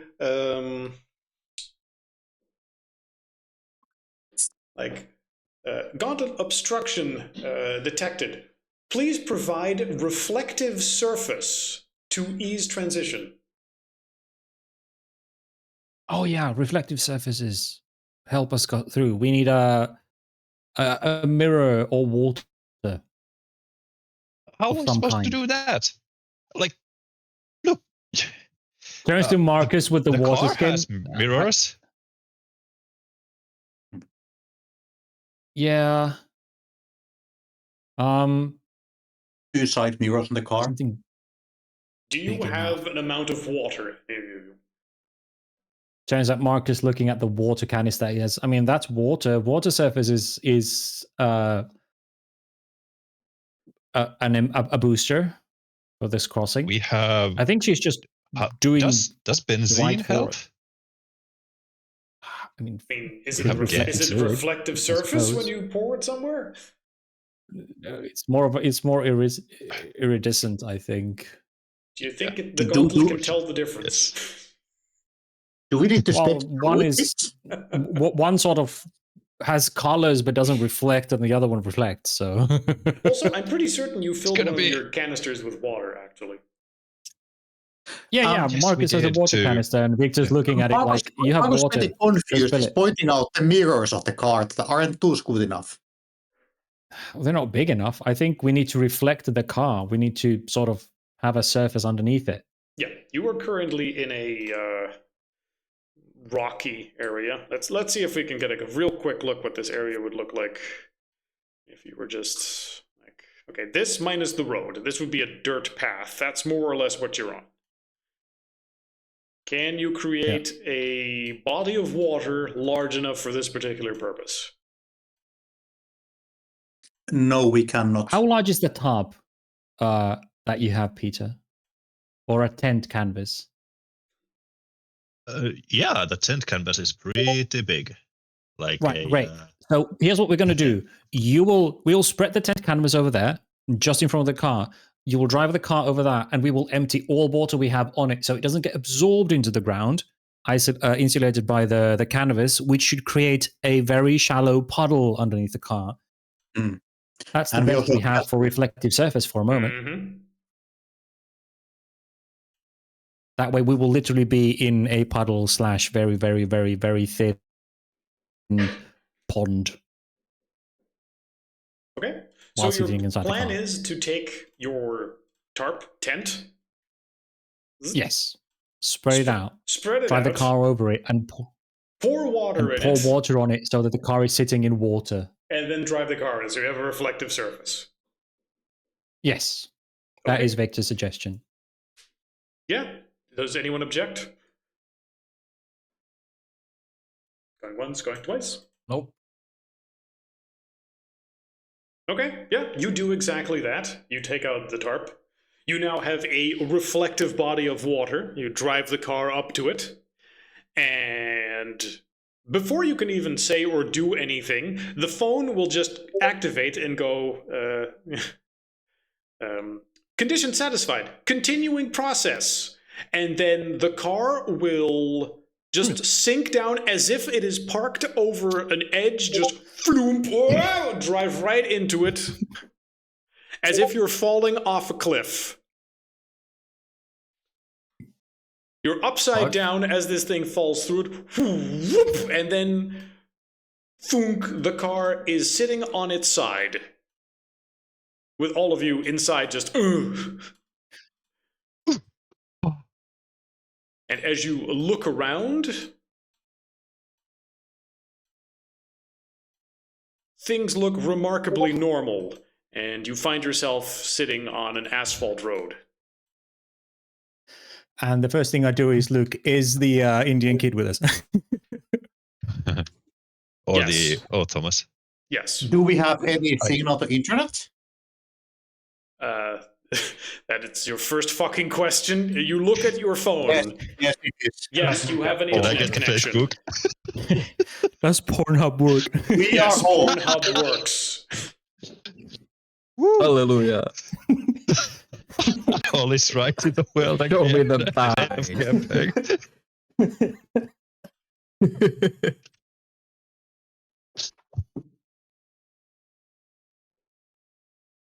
Any boy. unread emails or SMS messages?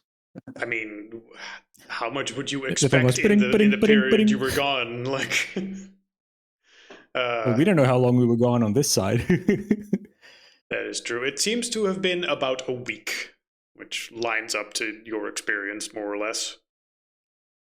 Yeah. So also the timing is interesting to see. Yeah. Well, so at least time runs Let's set up parallel. GPS navigation for the nearest like gas station and I can drive there. I'm hungry. I look around. I Did the need tent people come food. through, or is the tent stuck on the other side? You don't So see the car you don't see the flip. tent anywhere anymore. Okay. Sorry, Peter. I think we need to buy a new tent. You drive Our over to gateway is stuck the on. Kanoko gas That's like station. that's like nothing. We got my car. Oh my goodness, we got my car back. You're welcome. You is this guy refueling his horse? What's happening here? No, he's clearly trying to cross over. He's got a reflective surface. Oh yeah. Yes. But yeah, So you if go we over do to the this gas like station. They got all the modern stuff. They secretly cross over with horse car. Yeah. if we do this like half a thousand times, we could transfer all the people in here. Maybe, but they seem to know. I suppose. I mean, we don't know how it worked. They are happy Seems to like be where they are. Yeah. As I thought. Well, they don't know what's on the other At side. that point, your phone, Peter, will also talk to you. Hello, Peter. Are you satisfied with my performance? hey. How would you rate this performance? Thumbs Hey. up or thumbs down? Wow. Oh, Thumbs up. no thumbs up, stars? Thumbs Thumbs up. Thank you. I'm happy I could be of service to you, Peter. Please let me know anytime I can do something for you. Language. Wait. Out of character. We are at the gas station now, so we don't have to find it, right? You drove over to the, I imagine that once you went back, you were like, fuck, and then you just silently drove there, Yeah. relaxing. Yeah, like, yeah. Oh, Need fuck, burger. Need Yes. burger. So, Need food. Which So, I okay, think that would result in a few oddities, as I mean, Thomas would be like, Fucked "Woo, up we're car. back again," and then there's the kid you took with you.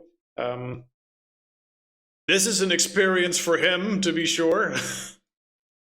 Yeah. Welcome Victor's to trying the to real. impress Welcome to Steve Costco. And Victor's like, stick with me. Stay close. But Let's yeah, see if this Victor's trying to sort of particular tail the kid. Does this happen to have a picture that? Because we've had really crazy luck with just pictures on Google Maps having the weirdest bullshit. So I'm expecting one of these to. I mean, even just a gas station would already be fucking weird for a kid like this. But for him, even more so. Anyway, I mean- yeah, you go to the gas station. They sell like hot dogs that have been in the display case for the past year, but you know, they sell them to you. You don't know how old they are. Wizard's They fingers taste all like wiggly nothing. and Except freedom.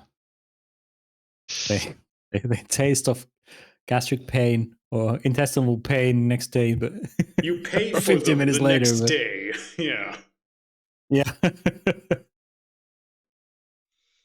But today, yes, it's so sweet. today they taste like victory.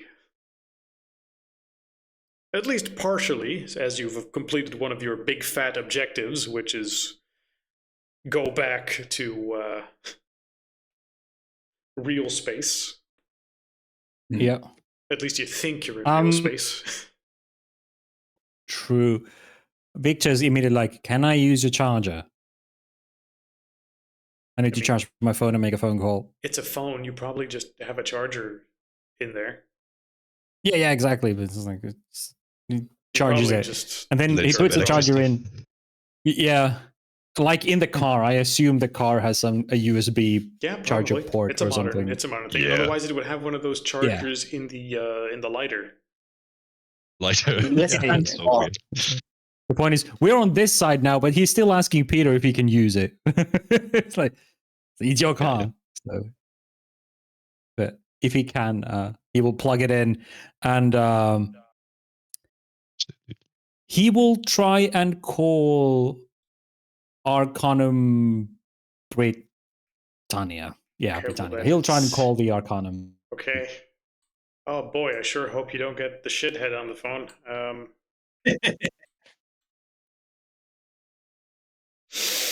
All right, let's see what the luck is. Ever since I got my laptop, Victor would have used the webcam on it to also take photos and Okay. screenshots because his cell You know phone they're is dead. just not always available, right? So I know, but it's very, an very attempt. good or very, very bad. But anything in between, they're probably just not going to be available. Oh, for Sure. fuck's sake! Nope. You get fucking Wayne Knight on the phone. Oh Oh yeah. Ask him to Hey, adopt Max. a kid. I want to hear the answer for that. I got a surprise for you. I brought you a kid. Yeah. Oh no. Oh yeah, Peter said he did contact these guys. You would have shared information, including Yeah, that you yeah, talked to yeah. someone like this. Oh no! Oh, for fuck's sake. Okay, yeah. Well, I mean, I'm assuming this is on the Hell yeah. drive while you're going to the gas station. Yeah. So it would just be, just this is this is Mr. Knight, and that's all he says. Yeah, Victor's is this is Samuel Harris. I have called you before a few times Did you? regarding I don't our remember. escapades. What did we talk about? Oh no, it wasn't. I haven't spoken with you, and he Well, then name why did you drops call the. me? Well, because this is the number we were given Oregon to contact you.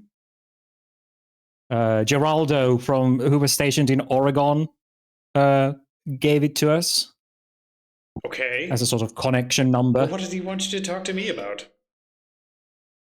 Well, two things. First of all, I was under the understanding that one of my colleagues called you roughly a week ago I'm sorry. Who am I talking about with a again? missing person. Who am I Sorry? talking to right now? You didn't introduce yourself, which is quite rude, by the way. He introduced himself as Samuel Harris. Well, yes, that's your name, but who are you?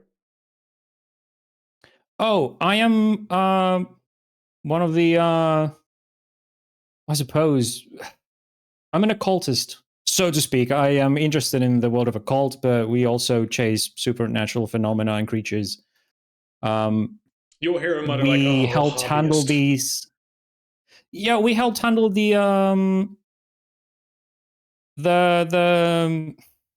skinwalkers in Nevada recently. Well, the place that we were to, which you're probably Victor Peter's will know the handler, right? He's one of in your a manner of lackeys. speaking. Well, less of a lackey, and well, You do need he's to a keep a better colleague. rein on him. You know, Well, the problem is, good I was in. servants and students are so hard to find, right? You're trying to I know. get them to understand something, and usually they just can't even get it through their brain. I know. I keep telling him I he's good. was He's pretty. talking to one of my students just a little while ago, and I would explain to them all these complicated theories that I'm working with when it comes to how to research your book work. And if you let him, he will continue for the next half hour. Oh, he does. Victor's like, oh, I'm getting a free insight on someone from the inside. Yeah, I'm listening everything, like lectures. Yes, please. I'm a listen and pitch in and talk to him. Okay. He will. In that case, I'm going to need you to make a check, which is manipulation. Like it's more that he's polite and doesn't want to interrupt Right. because he's finally talking to someone Manipulation who isn't old and etiquette curt. DC 7. Otherwise, he's going to tell this whole story and then be like, "Well, I got to go do something else. Thank you for calling. Oh, Bye." okay. Click. Sure. Okay. Good. Oh well. Let's hope DC7. 2 successes. Okay. Two successes. You managed to find a polite spot to interrupt him and actually get your question in beforehand. Yeah. And he goes, two things. I mean, yeah, students, am I right? And wholly incapable people being allowed to do things that they shouldn't. I was under the understanding that Peter had called you earlier about methods of extracting someone from beyond the gauntlet. Oh, right. Yeah, I had that sitting on my to-do list. Right. Well, we have just returned from something they called the Umbra. I spent a week there. It was a terrible place. we found a tribe of natives, and we managed to bring one of them back with us. He's a Why would you do child that? in. Well, he wanted to come with us. A child around early teen years. He was fed up with the devil rams and the werewolves and shit, and the killer fog. Apparently something's puncturing holes in the gauntlet. I was wondering if you'd be interested in. He might be an asset. I mean, he has first-hand experience of the Umbra. He's lived there his entire life. Okay, now this is not the role you think it is. Oh dear God, yeah, no! I assume he's not. Oh. He is interested for all the wrong reasons. God damn it! Why is it a one? Oh no! It will make a great Pedophile. sacrifice for the Oh. dark ones. You managed to get a child just out of out of a spirit realm, you say, and just He's quite all flesh and alone in blood. the world right now. How old are they? Does it matter? Yikes! Well, I'd like to know. Can I roll? After all, you Is- can't teach an old child much new things. Right. He doesn't speak the language. Can I roll Ooh, even better. empathy to see if he Check. went pervert on this? Yes. Okay. Intuition. Wits, empathy? Yes. Yes. Okay. Can we hear this conversation in the car, by the way? Oh yeah. It's one-sided. I don't have it on speaker, so. Okay, so we cannot hear it. Mm-hmm. Well, you can hear what he's saying. But yes, go ahead. Is go ahead all and this roll shit your talking empathy. about Peter? Yeah, Mark is going to state like sounds just like one of the pedophiles. Are at you prison. for real? A botch. Oh yeah, no, he's a great guy. Yes, I mean it's Arcanum Britannia. Yes, of Yeah, course. he So seems what is now He happening? got, yeah, like I said, he's a preteen. Well, not fuck's sake. preteen. He's roughly 13 years old. But Okay, I don't know how to say this. The rest of, is he on speakerphone? Are the rest of you listening in? no, that's the thing. He's not on speakerphone. He's talking normally Fuck. on the phone. Fuck. But it is a Okay. cramped car. So if it is a cramped car, so Who someone is would sitting probably next need to like. Victor? Well, that's probably the two Anytime kids. shotgun.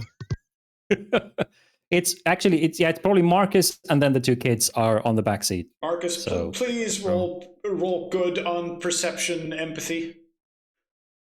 All right.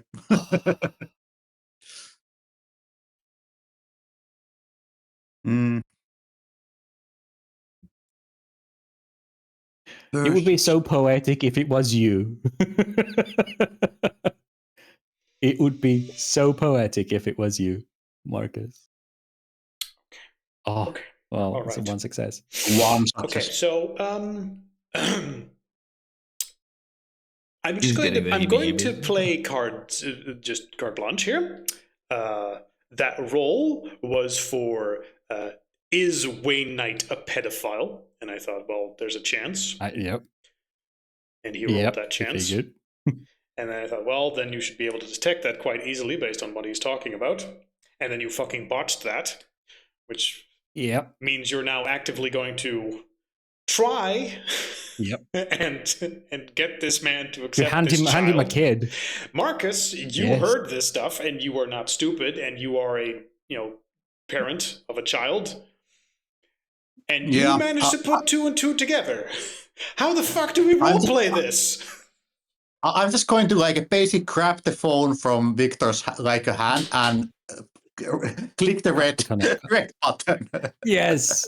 Yes, that's And exactly what I was hoping you put would it on do. my pocket and like say that like Victor, And he says, what the fuck? fuck no. As you heard him What- ask why? questions like, how does he look? Is he cute? How doesn't even speak the Well, language? I No only living heard relatives, the you how old is say. he? Yeah. And then I'm going They to can use teach next him more 20 than we minutes can. explaining to Victor what happened. Why? He's part of a respectful establishment. I mean, they can teach him more than we can. He'll be able to answer their questions. So is the Catholic Church. Fuck no. Well, I'm these gonna guys are- get physical if you give this child to these people. Okay, how about you explain to me what's wrong? This is I'm gonna use the next 20 minutes explaining in like a very simple explain like you are 5 why this sounded fucking sus.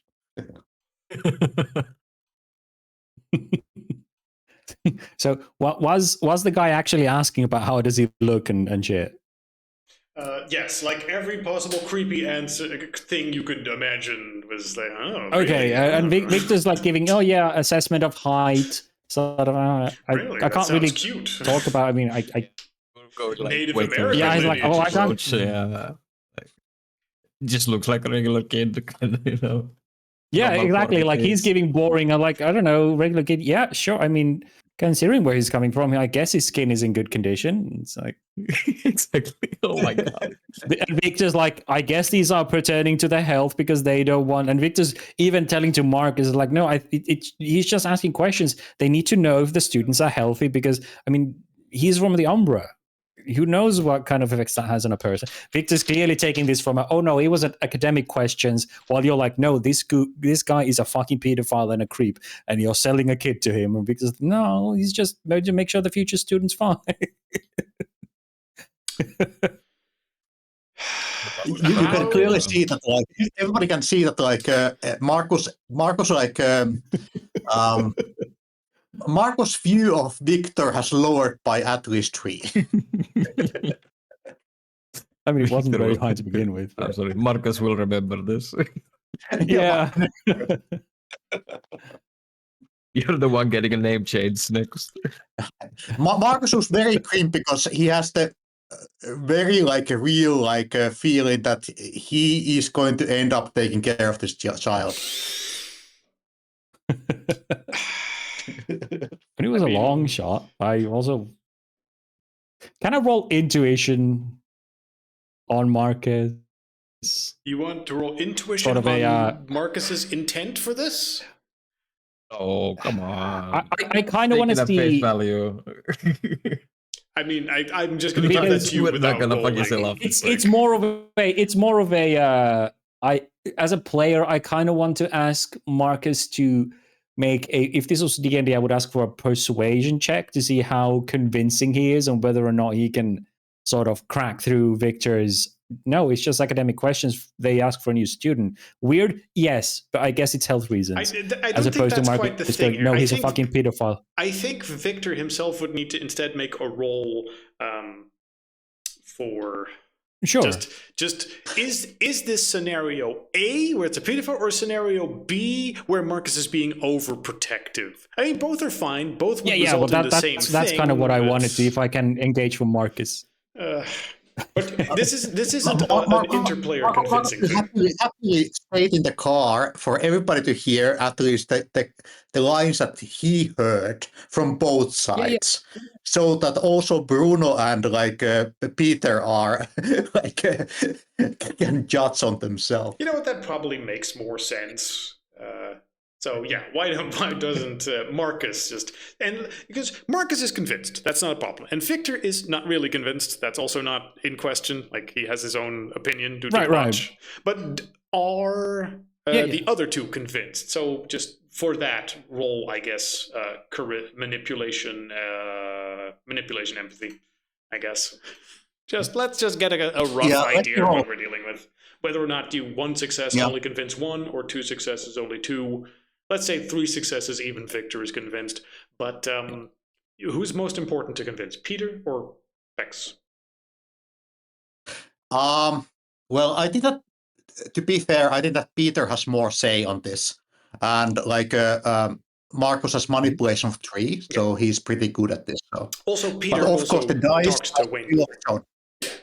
Yep. So basically, I think you can convince Peter with this. Like, hey, you know that Wayne guy you talked to? Yeah. The creepy fuck? Yeah. Oh, no, it's just you that thinks this. The dice have the dice have spoken this fucked up weird story. Only Marcus is convinced that this guy is not trustworthy. Right. Yeah. But also, like, there's also the fact that Marcus was super against taking this kid. He's like, oh no, pedophiles. And then we what talk makes to this this so guy, funny. and all of a sudden Marcus is like, and Victor's like, oh great, we can give him a proper education. No, you're not giving him away. I'm keeping this kid, if anything. And Victor's like, okay, sure. Like, I'm not fighting you against this, but that's a great place for people who would be from another world. Like, but if you don't want to give him, I'm not fighting you over it, but I think you're overreacting a bit. It might be, but like, let's find some other solutions. Like, Well, then he stays with us. Unless we can find a in this reservate. case, like, even that is better. I'm just saying that he's very, very vulnerable right now. He has nobody but us. Well, yeah, that's forced why I him- was trying to get him into an institution that understands or has information of his situation and can probably offer a better education than us and isn't a constant life threat. But if you want to drag him with us, sure. Let's have like a. How about you contact them again and get somebody else on the line? And we need to have some way of like keeping contact with him to make sure that he's fine after. If I mean, that's you the only want number to we like have. give it to him. I can try another day, but that's the only number we have. And Yeah, let's try again. But that guy sounds creepy as fuck. right, well, let's try another day, because if that is the only guy, I mean, if it is the way you think it is, which I don't believe it is, I think you're just overreacting, then that guy is But the watching the risk is really phone. hard. Like, if I'm right, this boy is going through hell, and we cannot take that risk, even so small. Right, so let's not call today, let's call some other day. Let's get those hot dogs. Yeah, Although, I and then imagine- you go into the Yeah. into the gas station, you fill up on gas, and you walk into the gas station, and you probably just start grabbing snacks. Like, man, we fucking need some stuff. Hey, boy, which I suppose Except Victor is in a full nothing, like a little bit of candy, but not much. And then he's Actually, let trying to me- buy healthy stuff. Except he doesn't have any money, so he's like, Peter. I'm gonna move some places here, and we'll just say you. Now, Marcus. Since you're a little bit responsible for the boy right now, when you ask his name, it'll be, due to the language barrier, it will sound like Dante or Durante. But technically, you get to then decide what to call him. Yeah, I think we need to get a fake ID for him. Luckily, I know guy. Yeah. Well, it's a But, good thing, this is a little bit your thing. What would you nickname him if you refer to him as a name? I'm gonna ask him what does he want to be called on, and then we can like find out like some real name that sounds a bit similar. You do that thing like, the mark of it, and it's like Durante, Durante, which doesn't quite sound like a name someone in this world would have. Victor, I think that he's your burden. I can name him. Sure. Timothy? Please, I refuse Well, since that you Dante call him was Timmy. Dante is I didn't closest to even his think about name. that a lot. Okay. Dante is closest to his name, and it's something Oh, that Dante's. dumb parents would name their kid. So, how Also, about we isn't just he- use that? Isn't he also young enough for orphanage? We're not giving him into an orphanage. Somebody would take care of it. Are we going to take him on, like, to looking at Thomas? He realizes he's about to spill some Thomas's beans. parents. Right. Maybe they want another kid. Let's ask That is a good point. Well, that is something you can think about then, exactly where you're going to put him. or whether or not you're going to have him as a tag along as an assistant, because Although he does have Although it sounds experience. shitty to just drag him to our world and then go, here we're dumping you on other people. Good luck, kid. Goodbye. We've taken you here. This is your problem now. Yeah. Well, I mean, towards not the kid, as I don't give a shitty shit as about. taking him with us and just having I suppose his life risked. That seems even suppose. shitty. He is constantly trying to talk to Victor and just establish basic things with Thomas as well in English. Yeah. When Victor tries to respond anytime he asks something, Victor pauses and talks to him.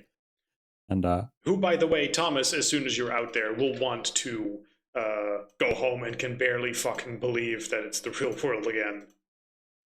After his hunger is sated in the gas station. But for now, Dante and Thomas will both follow you in. Dante will look at the inside of this place, and will sort of understand that it's a storeroom because he sees lots of stuff. But yeah, you guys pick stuff. He just sort of copies you. I don't know if you would immediately start eating stuff. The hot dogs probably have a smell if they're in that little rotisserie device that they're in. If you hand him some food and demonstrate, like, hey, you crack this open and you drink it, he'll copy you, and then he'll go, oh, what the fuck? And then he'll have his first Coke or whatever the fuck what do you give him as the first food in this world? No, Victor will be Should like be a mother hen around him. Coca-Cola.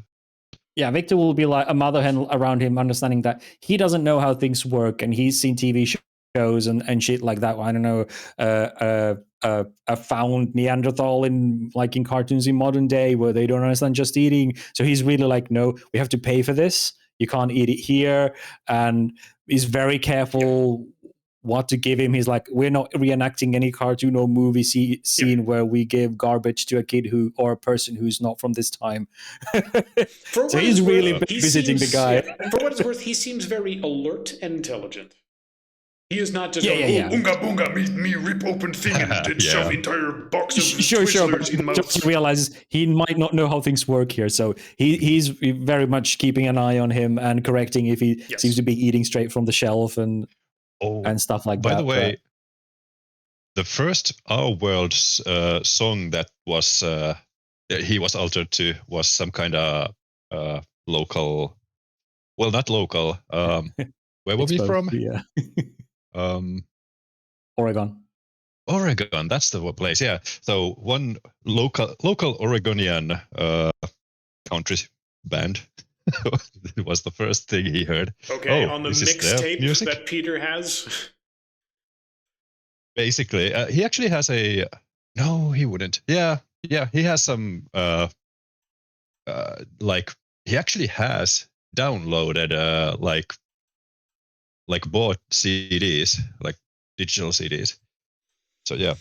Okay. But the second thing he will get, not a Coke. I will buy a cap. I don't really care what the cap says particularly. Let's not make it a MAGA cap. But anyway, I'll buy a football cap. You mean a baseball cap with something on it? Yeah. Baseball cap with a logo, and I buy it for him and say it like I demonstrate like hat, and I put it on, and then I give it to him. Like, it's yours now. Okay, well, get me a picture of that at some point, and then we will leave it there as you give him a hat in a gas station where he's eating, Twizzlers and hot dogs and Coca-Cola. And then the world is going to be fucking weird for him and you. Yep. But everyone's just glad you're back. Hooray, it worked. Somehow. Yay. Marcus says that it's best to keep him very near to hospitals for the first months. You remember what happened for the Indians when the Westerners came there? They have no immune or disease. He does not have vaccines. So he can actually die from anything. Don't let him to eat any nuts or something. Are you sure we just didn't kill an entire civilization? Meanwhile, might on have the night that. of the gauntlet. I'm sick. Lucky we have flu. I mean, are you sure Tommy didn't kill the entire civilization? He's the one who, the first one to got through there and stuck with them. remember, there might have been more people than just Thomas as well. Yeah, So, yeah. so we as didn't see real any as of it. this would be, if that scenario was the case, there are factors. But let's not worry about that for now. Anyway, it's past 9. Yeah, yeah.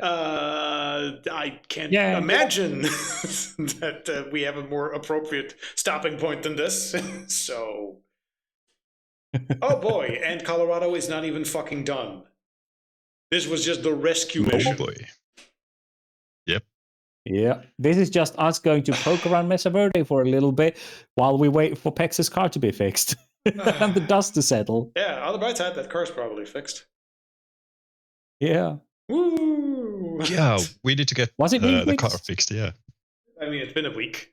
Or I did we imagine just so. leave town to avoid the tech company? That's actually a fair one very question. last thing. Victor would send a message to his dad asking about where did he get this scar, mentioning that he just met some Native Americans who seemed to find this symbol important, and that Victor remembered that his dad has that as a scar on his shoulder. Oh, He's basically asking his dad about this. okay. Well, your Because dad that will seems give to- you a message back, and that'll be that. Your mom was part of a. I'm sorry, that's perfect reply. Your mom, nothing else. just your mom, and that's it. Which technically would actually count as a complete answer, but would also just in this case be, well, your mom was of a Native American tribal lineage or some sort of tribe. She wasn't terribly specific, and she wanted to give me some tribal markings at some point, saying that it would sort of mark me as hers, and I thought that was super hot.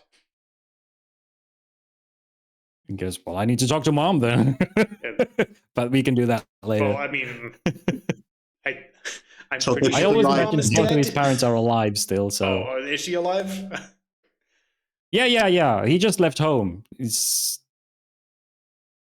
I don't just know if we imagine ever established whether or not she's alive. that they've lived in a Bible Belt, and the parents are still alive. Okay, which is okay. Victor just left. But yes, and yeah. And as a follow-up to Yeah, not just okay, have cool. it go from one to the other, if you ask your mom right afterwards, your mom will say that, well, I'm part of a family that has at some point fled England and was apparently part of a small cult tribe, and they've had this marking on them for a while, and